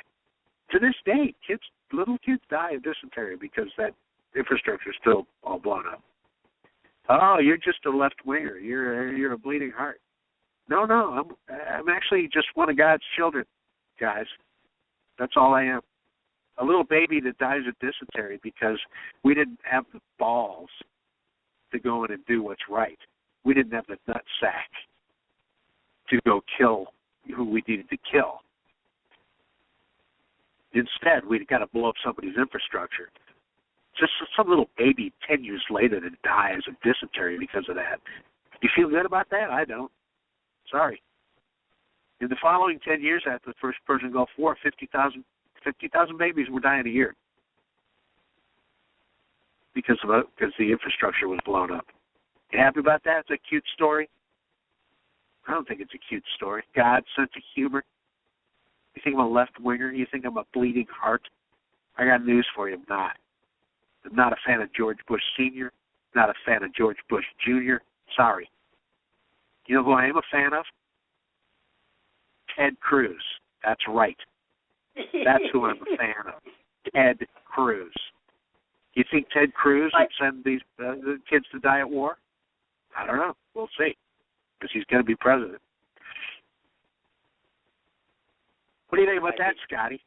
You think people are screaming at me right now? You're just a liberal. I'm not a liberal. Yeah, well, I have to agree with you, Rodney. I think nobody really wants war.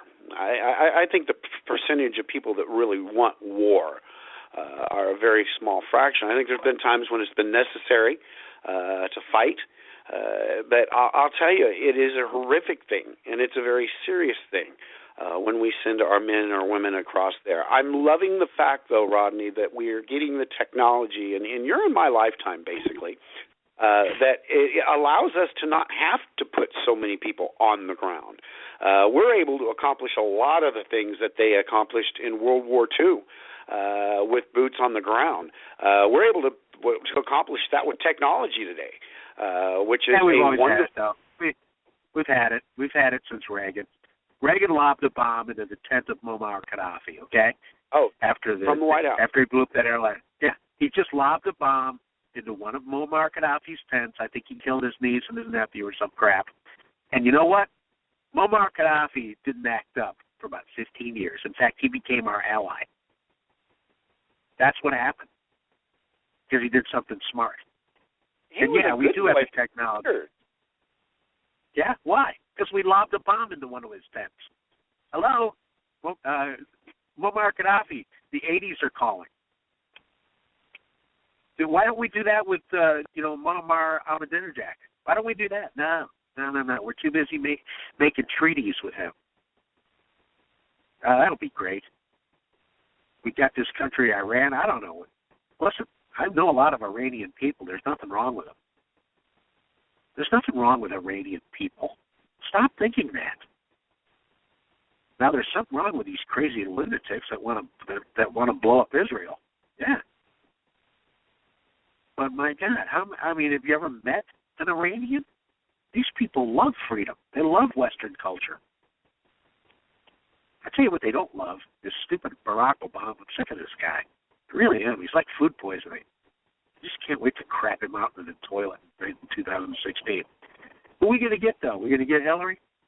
How many points does she start out with, Scotty? What's the score? You know what? I really don't think. It all depends on so many different things, and one of the things that it really depends on is momentum and motivation when you get to the actual voters.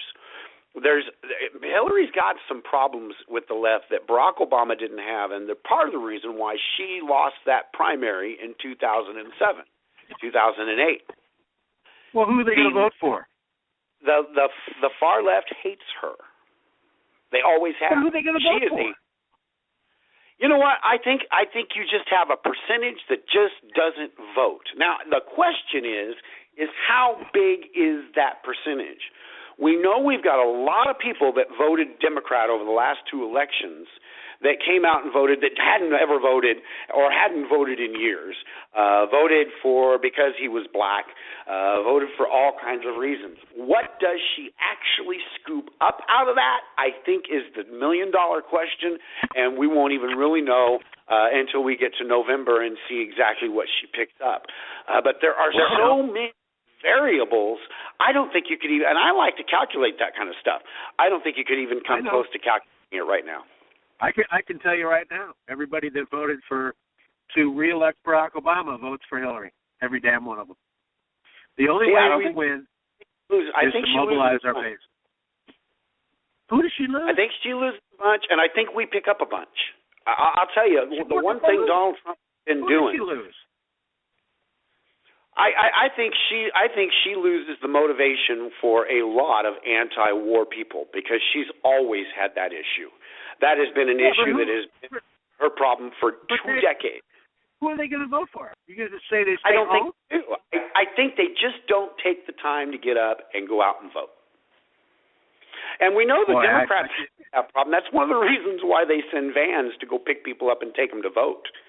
Here in Texas, they do that though. They do it. They do it. But all everybody. of the above. And you know what? I don't. There's something I don't hear anybody talking about except me and you, and that is how many women are going to vote for Hillary because she's a woman. I'm talking about Republicans. If you don't think that's a phenomenon, I think it's very naive to think that, women, Republican and conservative women, they're not going to vote for Hillary because she's a woman. You are so wrong. You are so wrong. that is a phenomenon that nobody's talking about. How many women are going to vote for Hillary because she's a woman? A ton of women are going to vote for Hillary because she's a woman. No one is factoring that in. Do you know how many women that have never voted in their life are going to come out and vote because Hillary's running?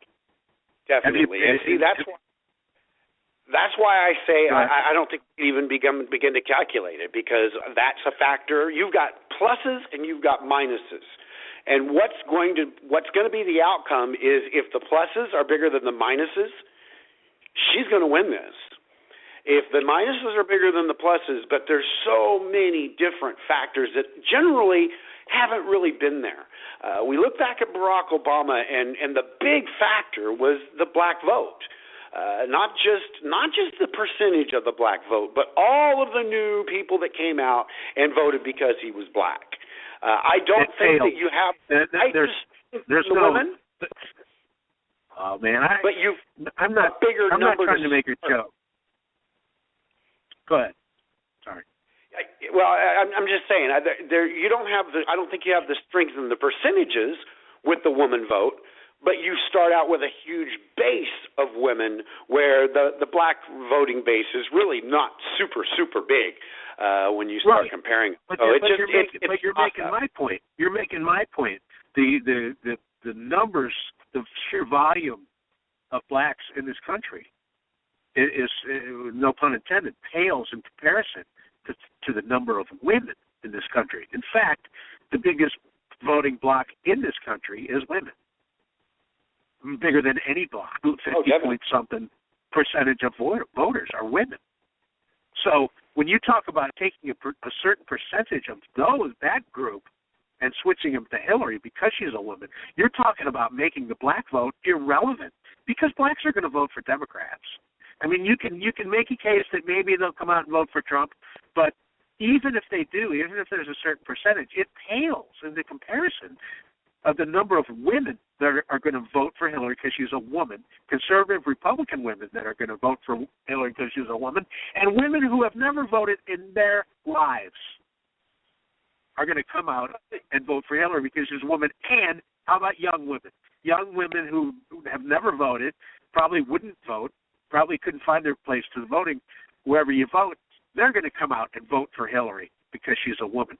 All of that put together, compared to the number of far-left people that may stay home, oh, Scotty, come on. It's overwhelming in her favor. Here's what you do, though, Rodney. You take and you move that towards your direction, but I can pull it back some. Now, the question is how much some? Remember what Anita Andrews said.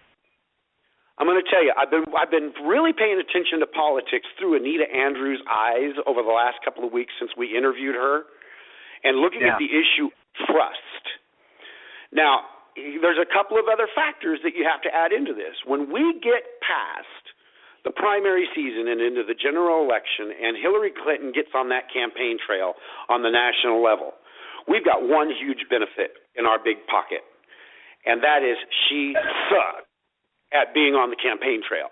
She's always been bad at the campaign trail. She does not inspire any kind of trust. Even with her in her own party, her trust numbers are awful. So that's what I'm saying. I mean, we could go back and forth. Where it's going to end up, I think, is almost like spinning that big lottery dial in Sacramento, because there's so many factors involved in it on both sides that, man, where it's going to end up, I think is going to be harder to predict this time around than it has in any presidential election cycle of our history. Do you think blacks are going to wake up on November 4th, 2016, and they're going to go, that Hillary, she's a bad campaigner. I think I'm going to vote for Ted Cruz? No, but I do think there is a big chunk of voters, black voters, that they've had in the last two cycles that are just, because it's not Barack Obama anymore, I think you lose a few there. I think the far left ones, like Hillary anyway, lose a few there. But you're talking about a small percentage of what? This country is 12% black or something like that? You're talking about a tiny percentage of 12%. A tiny percentage of 12%. When you're talking about blacks that vote, let's take blacks that vote. Of that group, you know how many are switching over to Ted Cruz? How about 0? See, they don't have to switch. 0. That's just it. They don't have to switch. All they have to do is, vote. I don't want to take the time and go do it on an individual level. No. Scotty. I'm talking about blacks that vote. I'm not talking about ones that may stay home. There's a name for that, propensity to vote, or something like that. Oh, but those numbers are already calculated into the big picture. So we know that George Bush polled about 6-7% of the black vote. Of course, later on elections, that number went a little bit down. But John Kerry only got I think it was about 87% of the black vote. You got that big chunk that's always be there. But it's irrelevant. It's irrelevant because it's such a small amount in the totality of it. Makes it nominal. When you're talking about women, you're talking about 51% of the population. You're talking about a huge, even if you take a tiny slice of that, it's massive. It's massive. A tiny slice of female voters is bigger than 7 or 10% of black voters. Yeah, but you've got to remember, we're not talking about the big chunk. We're not talking about the whole pie. We're talking about the remnant. We're talking about the remnant. Obviously, a good portion of women vote Democrat in every election. So we start there. Yes. The variable I'm talking about is what is on the other end of that. What's the remnant? And it's not going to be huge next to the already are just given. They just always vote that way. What we're talking about is where that remnant is going to end up. And when you start putting all those remnants together, boy, you could be right, Rodney. It could be way the other direction. I don't know. Yeah. That's what I'm saying. I'm saying the variables are so huge when you start. It's kind of like when you start throwing percentages together on that Real Clear Politics chart.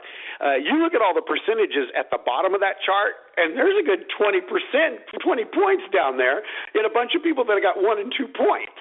And it's all going to depend on what ends up happening on Election Day. Because you've got this group, you've got this group, you've got this group, you've got this group. Some of them are positives, some of them are negatives. Are the positives going to outweigh the negatives? I don't think we could even come close to calculating right now. Well, I'll tell you what's going to happen on Election Day. There's going to be a massive, massive amount of women that hold their nose and they vote for Hillary. Women that vote for her just because she's a woman. Women that have never voted before come out and vote because she's a woman. Republican women that go in and vote for her because she's a woman. Conservative women that have never voted for a Democrat in their lifetimes. Women that vote in every election cycle. Women that vote every single time that have never voted for a Democrat will be voting for her because she's a woman. Massive amounts. Nobody ever calculates that into it. And somebody, you can't convince me that's not going to happen. Because I got news for you. It's going to happen. I think if it was any other woman besides Hillary Clinton, I think you'd be absolutely correct. I think Hillary's got enough negatives that I don't think it's massive, Rodney. I really don't think it's massive. It's a gender. I think if it was even Elizabeth Warren, she'd be better off. She's not honest either. But it's a gender thing. It has nothing to do with the person or their trustworthiness or anything else. It's what vagina versus penis. Anita Andrews says that's the only reason behind it. And man, Anita's wrong. Anita's wrong. We need to get Anita back on the phone. I need some help here. Listen, Anita is not wrong in her overall assessment that voters vote on trust. But we're talking about a very specific phenomenon here. You're telling me, well, if it was ever any other woman, Rodney, you'd be right. No. A woman that wants to vote for a female president doesn't go, well, I would vote for a woman, but it's Hillary. They don't do that. They say we're voting for a gender. A gender. People who voted to reelect Barack Obama. Do you think they sat down and they thought it through? Well, the last 4 years have been kind of crappy. We really know a lot about Barack Obama now and what a horrible president he is, and to a large degree, what a horrible person he is. And you think they sat down, they made that calculation, and they went, well, you know, if there was any other black guy, yeah, but not Barack Obama. No, they voted to reelect him, Scott. They didn't consider anything. They didn't, just like women who are going to vote for Hillary because because she is a woman, not because she's a particular type of woman, not because she's a trustworthy or non-trustworthy woman, not because she's got stuff in her past or blah, blah, blah, blah. In fact, I think that works in her favor. I think she's a sympathetic character to women. I think she's a woman that's gotten trounced and stepped on and humiliated in public and treated like crap, and she's a victim. I think that works in her favor. And if you think the media was in the tank for Barack Obama, you have not seen anything yet. Not only are they going to be in the tank for Hillary because she's a Democrat and a woman, but they forsaked her last time around for the black Jesus. They owe her. And you can see it already, Scotty. You can see it already. They're not even trying to hide it. They're not even pretending that they're carrying water for Hillary. No. I'm right on this one. And when Anita Bryant says people vote on trust, she's not talking about this specific situation. She's talking about overall, which I totally agree with her. But I bet if you confronted Anita, and let's have her on the show Monday. Next Monday. Let's bring her back. I'd love to have her in on this because I'll tell you, Rod. Why? Go ahead. We have about 100,000 people end up voting in our elections. 100 million people voting in on our elections. And on both sides of the aisle, you've got a big, huge chunk that are just, it's the constant. It's the K in math. It's the constant. They're just going to be there. What you and I are talking about is what is going to be what turns back and forth in the middle of that. And so when you take those two constants out, that really slows down your numbers big time for being massive. They're just not. You've also got, and there's the reason why I say I don't think we can know this. It only takes a small percentage of votes in some places around the country to turn it one way or the other. It doesn't take massive amounts of votes. And I think once you start adding up, this is a positive, this is a negative. It's like a list of like 40 different numbers as you go down. You don't know until you get to the end, and boy, you don't have to have too many numbers that change on that to make the outcome different. And I think you're absolutely right in everything you're saying about Hillary Clinton. I just don't think that you can calculate it now because for every one of those things that you say, I can throw something else back that is also into the mix that counteracts some of that. Once you counteract everything, you end up with what's left. You end up with what's the remnant. Is it going to be a positive and push her over the edge? Is it going to be a positive and push us over the edge? And when it all comes down to that middle ground, that middle remnant of what's left after all that, I don't think we can even come close to calculating it. Well, I think that I really hope that Trump doesn't screw around too much and not drop out and heavily endorse and campaign for Cruz, because to me that is what can put Cruz over the top against Hillary, because everybody knows the bottom line is who can beat Hillary. Everybody knows that. It's not been true in elections gone by, but that's the deal this time around. Anyone who thinks Bernie Sanders is going to be the nominee is completely insane. He's in there for one reason, and that's to make Hillary look younger, more in the center, more moderate, and prettier. That's why Bernie Sanders is in there. Anyone who thinks Bernie Sanders is a serious candidate has got mental problems. You are as mental as Bernie Sanders himself. If you're trying to win the Democratic nomination, you don't go on national TV with Hillary standing right next to you while the nation is watching and say something pro-Hillary. You don't say, I wish we would stop talking about her emails. the single biggest negative that Hillary has right now is that she's a crook, is that she's been selling out the country of America to any foreign country that has some money to give to the Clinton Foundation, and she deleted all those emails in violation of U.S. law.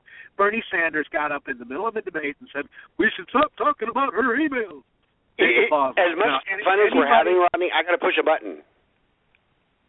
Oh, never here?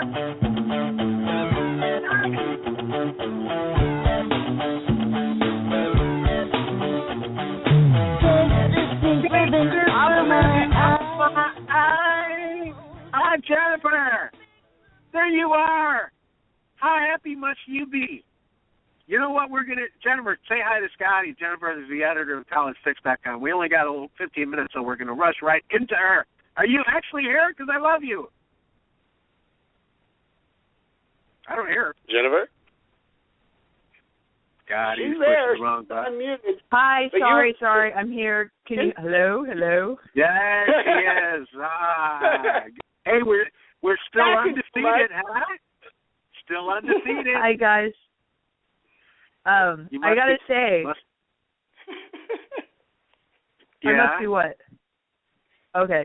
Well, so I've been here and I've been listening to two of you, and I felt like I was listening to my parents argue. I was like, "Don't fight, you guys! Don't fight!" Like I wanted to jump in and be like, "It's okay, you guys." I mean, I was like, "Oh, I've never heard you guys fight before." Oh, Jennifer, you should hear some of the back and forth we've done on politics over the years, personally on the phone. Rodney and I absolutely love doing this. It is always great banter. It's very rare that we disagree on anything. And so we do kind of have a little bit of fun when we do disagree. We've had a handful of discussions like this. No, you're right, I'm right. But, man, I guarantee you one thing, Jennifer and our audience, Rodney and I love each other dearly, and it's not a fight. Yeah, we're actually just trying to teach each other something, Jennifer. We're not actually fighting. Yeah, I know, but it's I've never, it's been a year, and I'm I can't remember the last time they went at it like this, so it was interesting for me to listen to. So. Well, and you guys were both right. You guys both had a good point. We're united in wanting to beat Hillary, and we're just trying to figure out the best way. That's all. But you got to be excited as I am. We're still undefeated. Oh, wait. Who are we talking about? Are you talking about the Panthers? We're talking about Peanut Tillman, the great Peanut. No, I know. Well, because you're a Bears fan, so I was like, oh, that game yesterday was ugly. The poor Chicago with Cutler at the helm. Whoa. It's always a disappointment. It's like we got to lose the guy every just game. cannot. We got to lose every game, Jennifer. We want draft picks. No more wins, please. No more wins. Yeah. I was not. I feel sorry because now that I'm rooting for the Panthers, now that my nephew-in-law is playing for them, it's so exciting because I know Cam can make it happen. It's no matter what, we could be down and there's 2 minutes to go, and I know he's going to pull ahead. I know he's going to get that touchdown. When I used to have to root for the Bears, and Cutler was, we got put all our eggs in the Cutler basket, you can forget it. I cannot stand Jay Cutler. Even when he has a good game, it makes me sad. I don't want to root for him. I don't like him. I think this new coach is John Fox. I think he's as big as idiot as the last one. I just hope we lose enough games to get some decent draft picks. And I'll be honest with you, not a Cam Newton fan. Sorry. But huge Peanut Tillman fan. So I could not be happier for that. Can I give him a little plug on something? He wrote a book, actually. Yeah, Charles Tillman, who... Get him on the show. What? We'll promote his book. Get him on the show. We'll promote his book.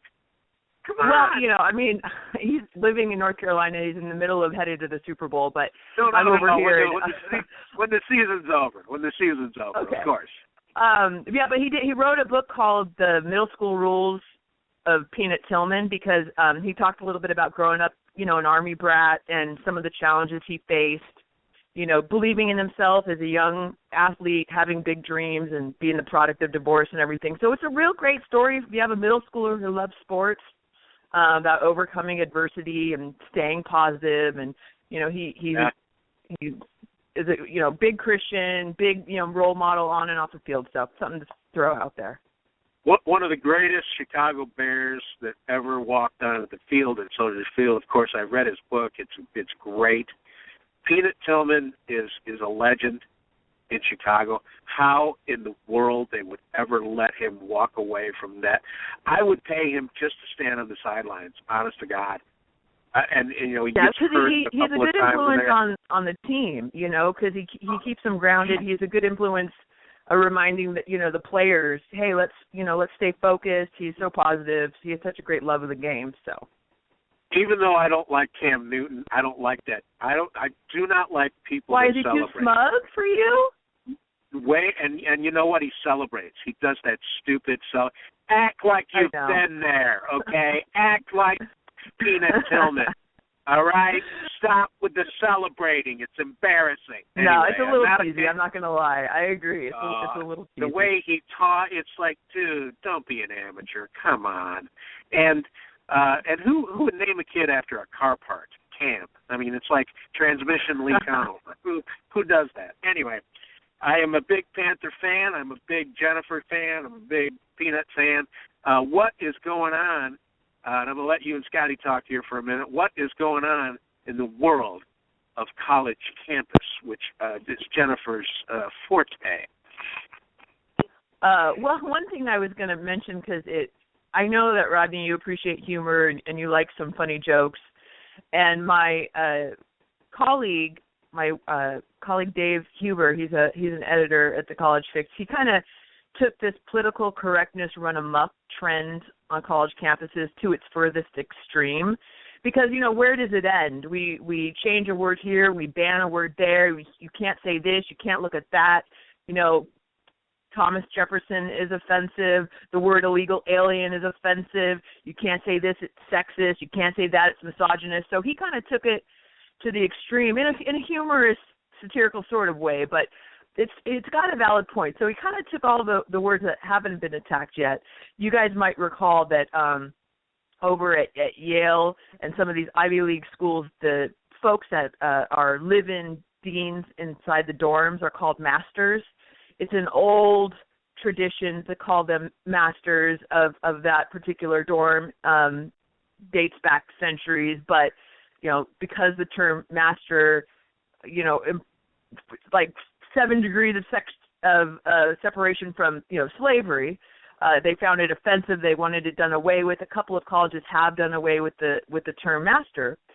So he was like, okay, well, let's take that a step further. Bachelor's degree, well, that's overtly and blatantly sexist, right? We can't be calling them a bachelor's degree because then that's celebrating bachelors. What about unmarried females? Don't they count? So his suitable replacement suggestion was unattached degree. Or what about the term provost? It's problematic because it's biased against amateur boasts. Same with professor. What about apprentice fessers? He's just kind of taken it to that whole extreme. Dean's list could be kept for male students, but there should be an alternative for females. Perhaps it could be dubbed a Diane's list. The Greek system, that's way too Eurocentric. That's got to go. Minor, is offensive because it implies something is not as worthy of study. For instance, someone is majoring in, say, Spanish, but another student's minoring in it. The latter's implicit message is that the former's degree isn't as deserving. Adjunct. The second syllable sounds too much like junk, disparaging to part-time professors. It goes on and on and on. Another term, lector, is heard almost exclusively in Europe, Yale being an American exception. But the title invokes images of the cannibalistic Hannibal Lecter. So that's a major microaggression there. The humanities may be seen as engaging in speciesism, as some students and faculty may identify with a species of an organism other than human. I mean, because we have 6-year-old men or 55-year-old men living as 6-year-old girls nowadays, which is apparently completely acceptable in today's day and age. So who knows, you know? The bottom line is, are there any studies about men like me who identify as rock stars? Because I do that. I'm sure we can find a category for you, Rodney. There's absolutely a category for everyone. It's a big rainbow, and we're all invited. I want to start lecturing. I really do. I want to go around the country lecturing as men who identify as rock stars, because that's me. I read that story about the middle-aged guy who left his wife and kids, and he got adopted by a family, and he's living as a 6-year-old. You know, that's like a bad Monty Python skit.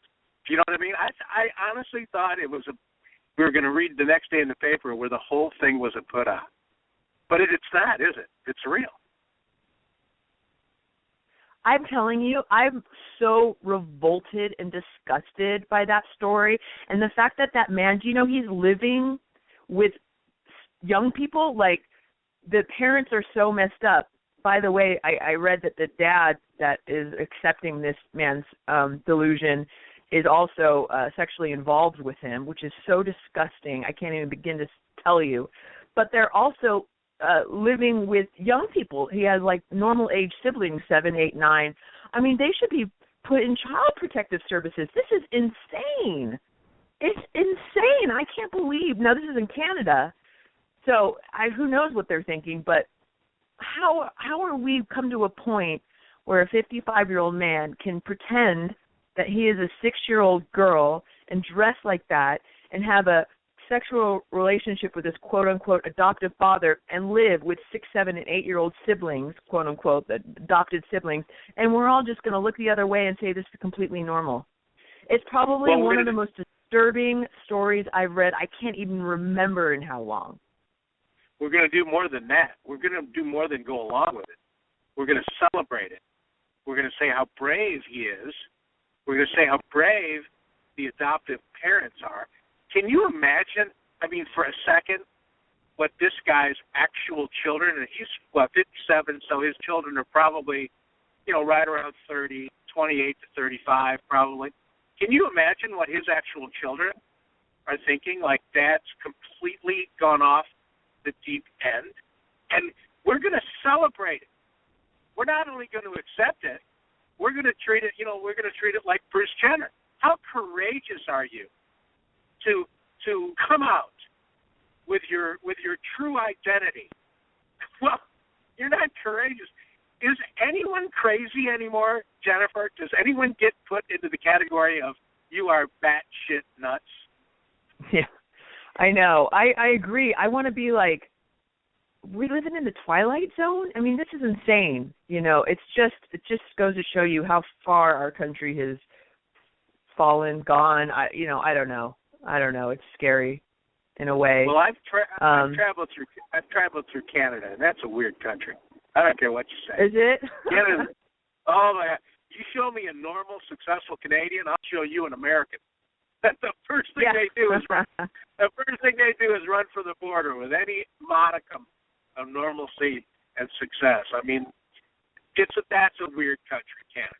First of all, number two, what sells newspapers nowadays is weirdness. It used to be this kind of thing would be, you'd see it at the supermarket checkout in the world, the Mad Weekly News or some sort of tabloidy, crazy, whatever. But then regular newspapers, People Magazine, and all these periodicals that are getting put out of business by the internet, they all figured out, well, if that's what sells, that's what we're going to do. So that's why you see these stories in the news. This crap has been going on since the beginning of time. It's called mental instability. It's been going on forever. I mean, a long time ago, over 20 years ago, when I was involved in reality television, before it was even called reality television, the craziness started pitching stories about prospective reality shows that were just nuts. They were nuts. So I wrote a screenplay that had these little reality shows and just for jokes, and they were the future of reality television. And that's 20 years ago. Every single one of those crazy-ass shows that I wrote, just for a joke, are actually on the air now. And I ask you, what are we going to see in the next 10 years? And the answer is we're going to be seeing more of this Bruce Jenner-type stuff, where people are living in situations where 25 years ago they would have been committed to an insane asylum, but they're actually being called courageous and, good and great. So to sell newspapers, I think it's to sell advertising. I don't know. I'm just guessing. I mean, here we are.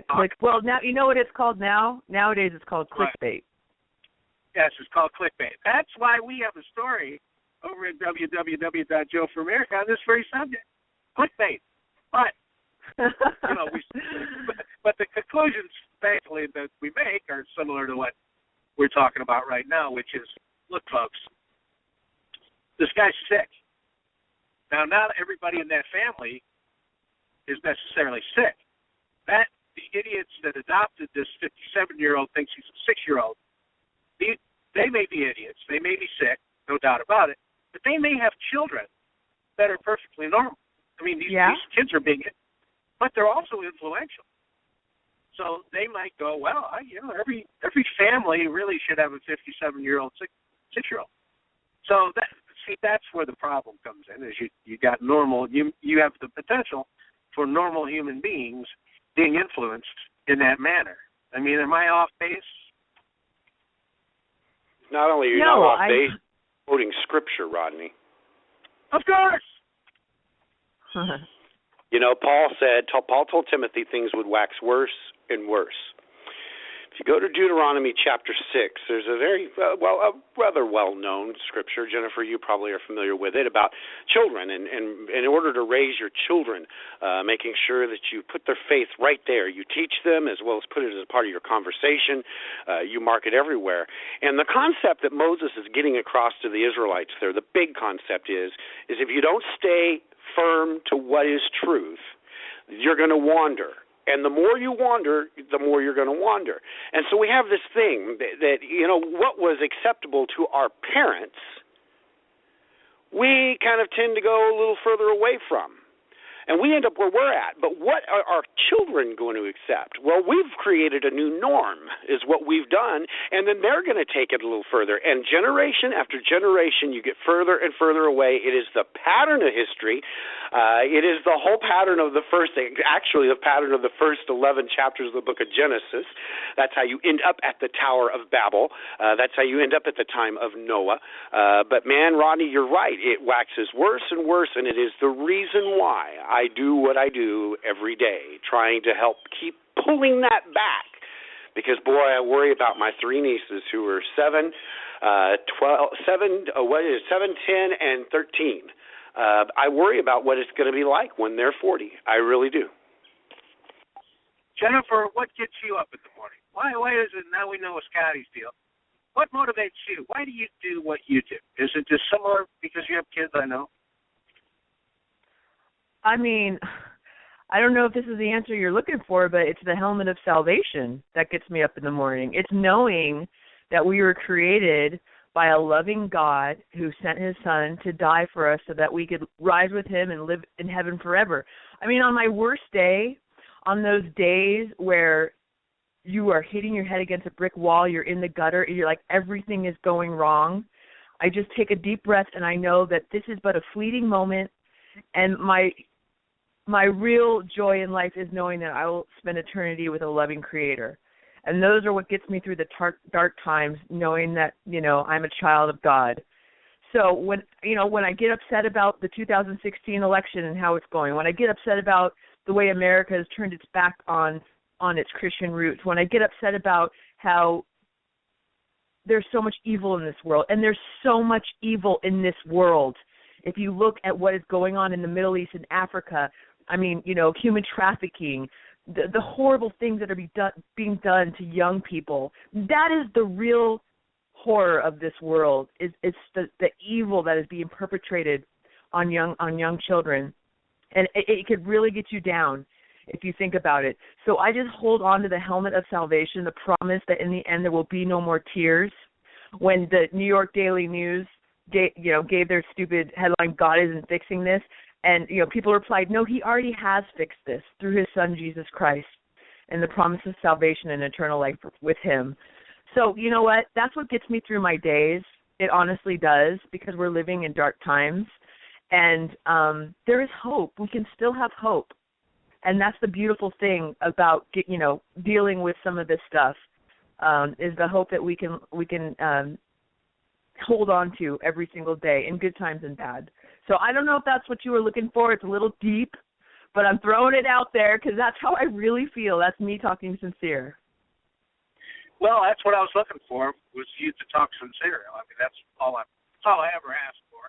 Speaking of sincere, what do you think about your guy Trump lately? How's he been doing? You know what? It's like, okay, can he just not be such a toddler, like call people names? Like, why does he have to do that? Like, that's my only thing. It's like, seriously, like, just when I'm like, okay, I could see this Trump thing happening, he goes and acts like a 4-year-old. And I'm like, is that what we want running our country? Because it's like, it's just like, it drives me nuts. I can explain that. Stop calling people names like you're on the freaking playground. You know what I mean? Like, that's the thing. Trump has lived his whole life never hearing the word no. That's the essence of the problem of Trump. Trump is not just the CEO. Trump is the boss, and Trump gets what he wants in every form and fashion. Now, I love what Trump's doing, but let us not forget that Trump is a douchebag. Okay, let's not forget that. And Jennifer, every once in a while, he reminds you that he's a douchebag. But this country needs a douchebag. Okay? Yeah, he does. And the reason we need a douchebag is not because he's going to be president, because he's not going to be president. We need somebody that will expose the politically correct, polished wannabes in the press, in the Democratic Party, in everyday life. And that's why we need a douchebag, because that's what he's doing. That's what I appreciate him doing. And I'm sure I've quoted scripture, Scotty. Take over. Well, you didn't, but Jennifer, I can tell you exactly why he's doing that. And he is. He's got his problems. I don't view Donald Trump as a presidential hopeful. I view Donald Trump as the CEO of the primary season. And here's what he does, and this has been the pattern. We can look back and see his pattern now.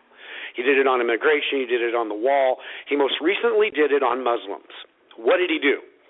He stood up and above all the top of all the other candidates pushed a giant hole in the wall of political correctness and said, we need to get rid, we need to just stop Muslims from coming in here.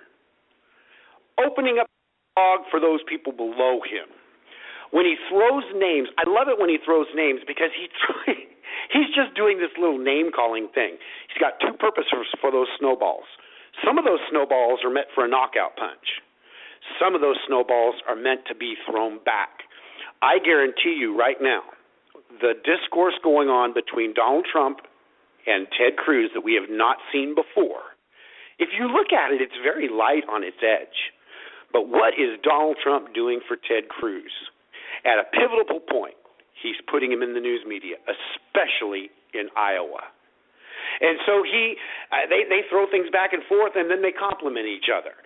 He's done the same thing with Ben Carson. Throw some snowballs back and forth, and then compliment each other. And it's a pattern.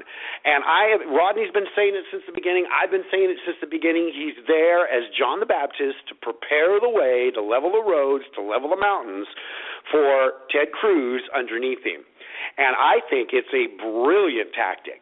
I am fully confident that over the last 30, 40 years that he has been, most of my lifetime, he's been a CEO of his own private business, that he doesn't do that in business meetings. And if you look at the 98% of what he says, if you listen to his speeches, 98% is great.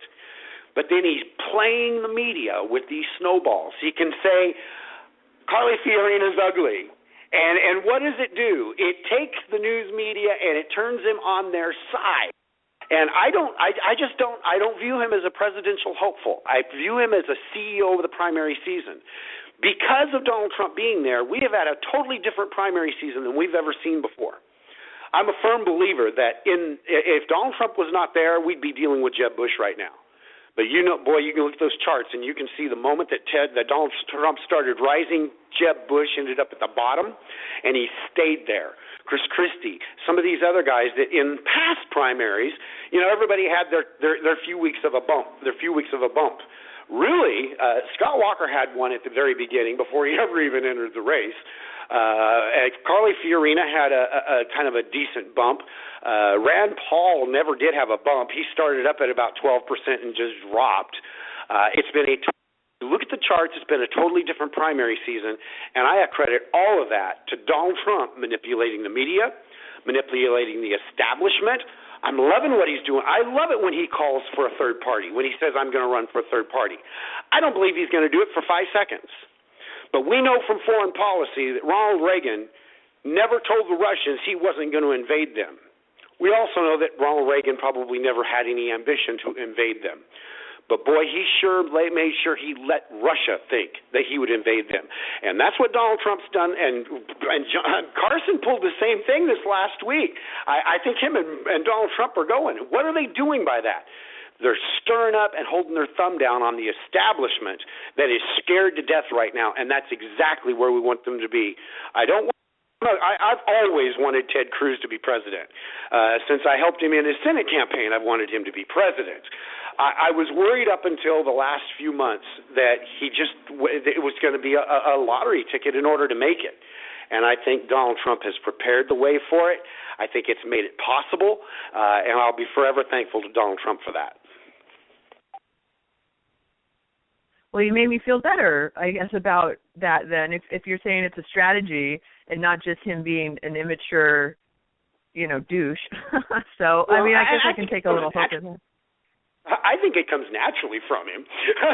But I think...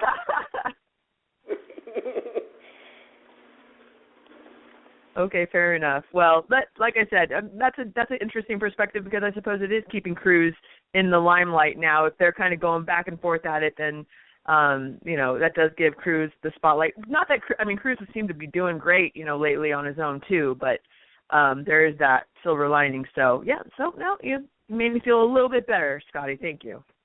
You're welcome. And Rodney, you know what time it is? Did we lose Rodney? Rodney's there. I know what time is it. It's 12 minutes past the time where the people who were listening live were cut off, and now they're listening on the podcast. They are listening, and we want to thank everybody that is listening right now because they have listened to the podcast. Not only did they listen to all of the show and Rodney and I bickering back and forth, they've been listening for 2 hours and 15 minutes now. That was the reason I didn't see you on the studio. See, Jennifer, when I go to talking like that, I start pacing. And I was walking around the house, and I didn't have my eye on the studio, and I went, oh, no, it's time for Jennifer to be on there way past. And went over there, and sure enough, there you were. But it's time to tell everybody goodbye. Great conversation, Jennifer, as always. And I am right there with you. The battle was won on the cross. And Satan's had control of sin over this world for a long, long time now. But there's always the winner. And it doesn't matter what happens. In fact, we find that during times of oppression is when the church grew the most. It's times when everything is great that people tend to forget God. That's the pattern that we find in the Old Testament. And so we do our prayer. We've still got a good, strong Christian base in this country, which is absolutely wonderful. Rodney, you have anything, last things you need to say, or are you hiding somewhere? I better check the studio. He might have gotten bumped off, and if he did, he can't call back in. Oh, yeah, he has dropped, Jennifer. It's just been you and I. Oh, okay. That's where he's at. He's gone, and he can't call back in after we go into archive. So I want Jennifer, as always, and we'll see you next week. I imagine we'll have one more show, and then we'll probably take a break around Christmas and New Year's. I was doing that a lot on Blog Talk, but we'll be there next week to talk about all the craziness going on. I have to give it to you. Look at what goes on in the colleges very long before I get really, really angry. How you do it as a living. I have the utmost respect. It is not easy. We want to remind everybody we got Conover U on Mondays. We've got American Sovereignty Radio on Tuesdays, Saturday Symposium on Saturdays. Got some great guests coming up. We're working on for January. We're going to have some really fun guests. We're working on Deborah Wells, who played Marty McFly's girlfriend. She is a great Christian out there in the L.A. area. Who is doing some fantastic things. We're going to have her on a show here soon. We're still working on Phyllis Schlafly. That'll be the one where you'll hear me hit the floor. I'll just pass out the moment she starts talking. Rodney will have to carry on the rest of the conversation. And all kinds of stuff going on. We got all kinds of people lined up. We're going to have a great year coming up. Of course, every week discussing the election, discussing current events. Sometimes we laugh and sometimes we cry. So I want to thank everybody for listening. Tune in next week for Conover U, the morning show.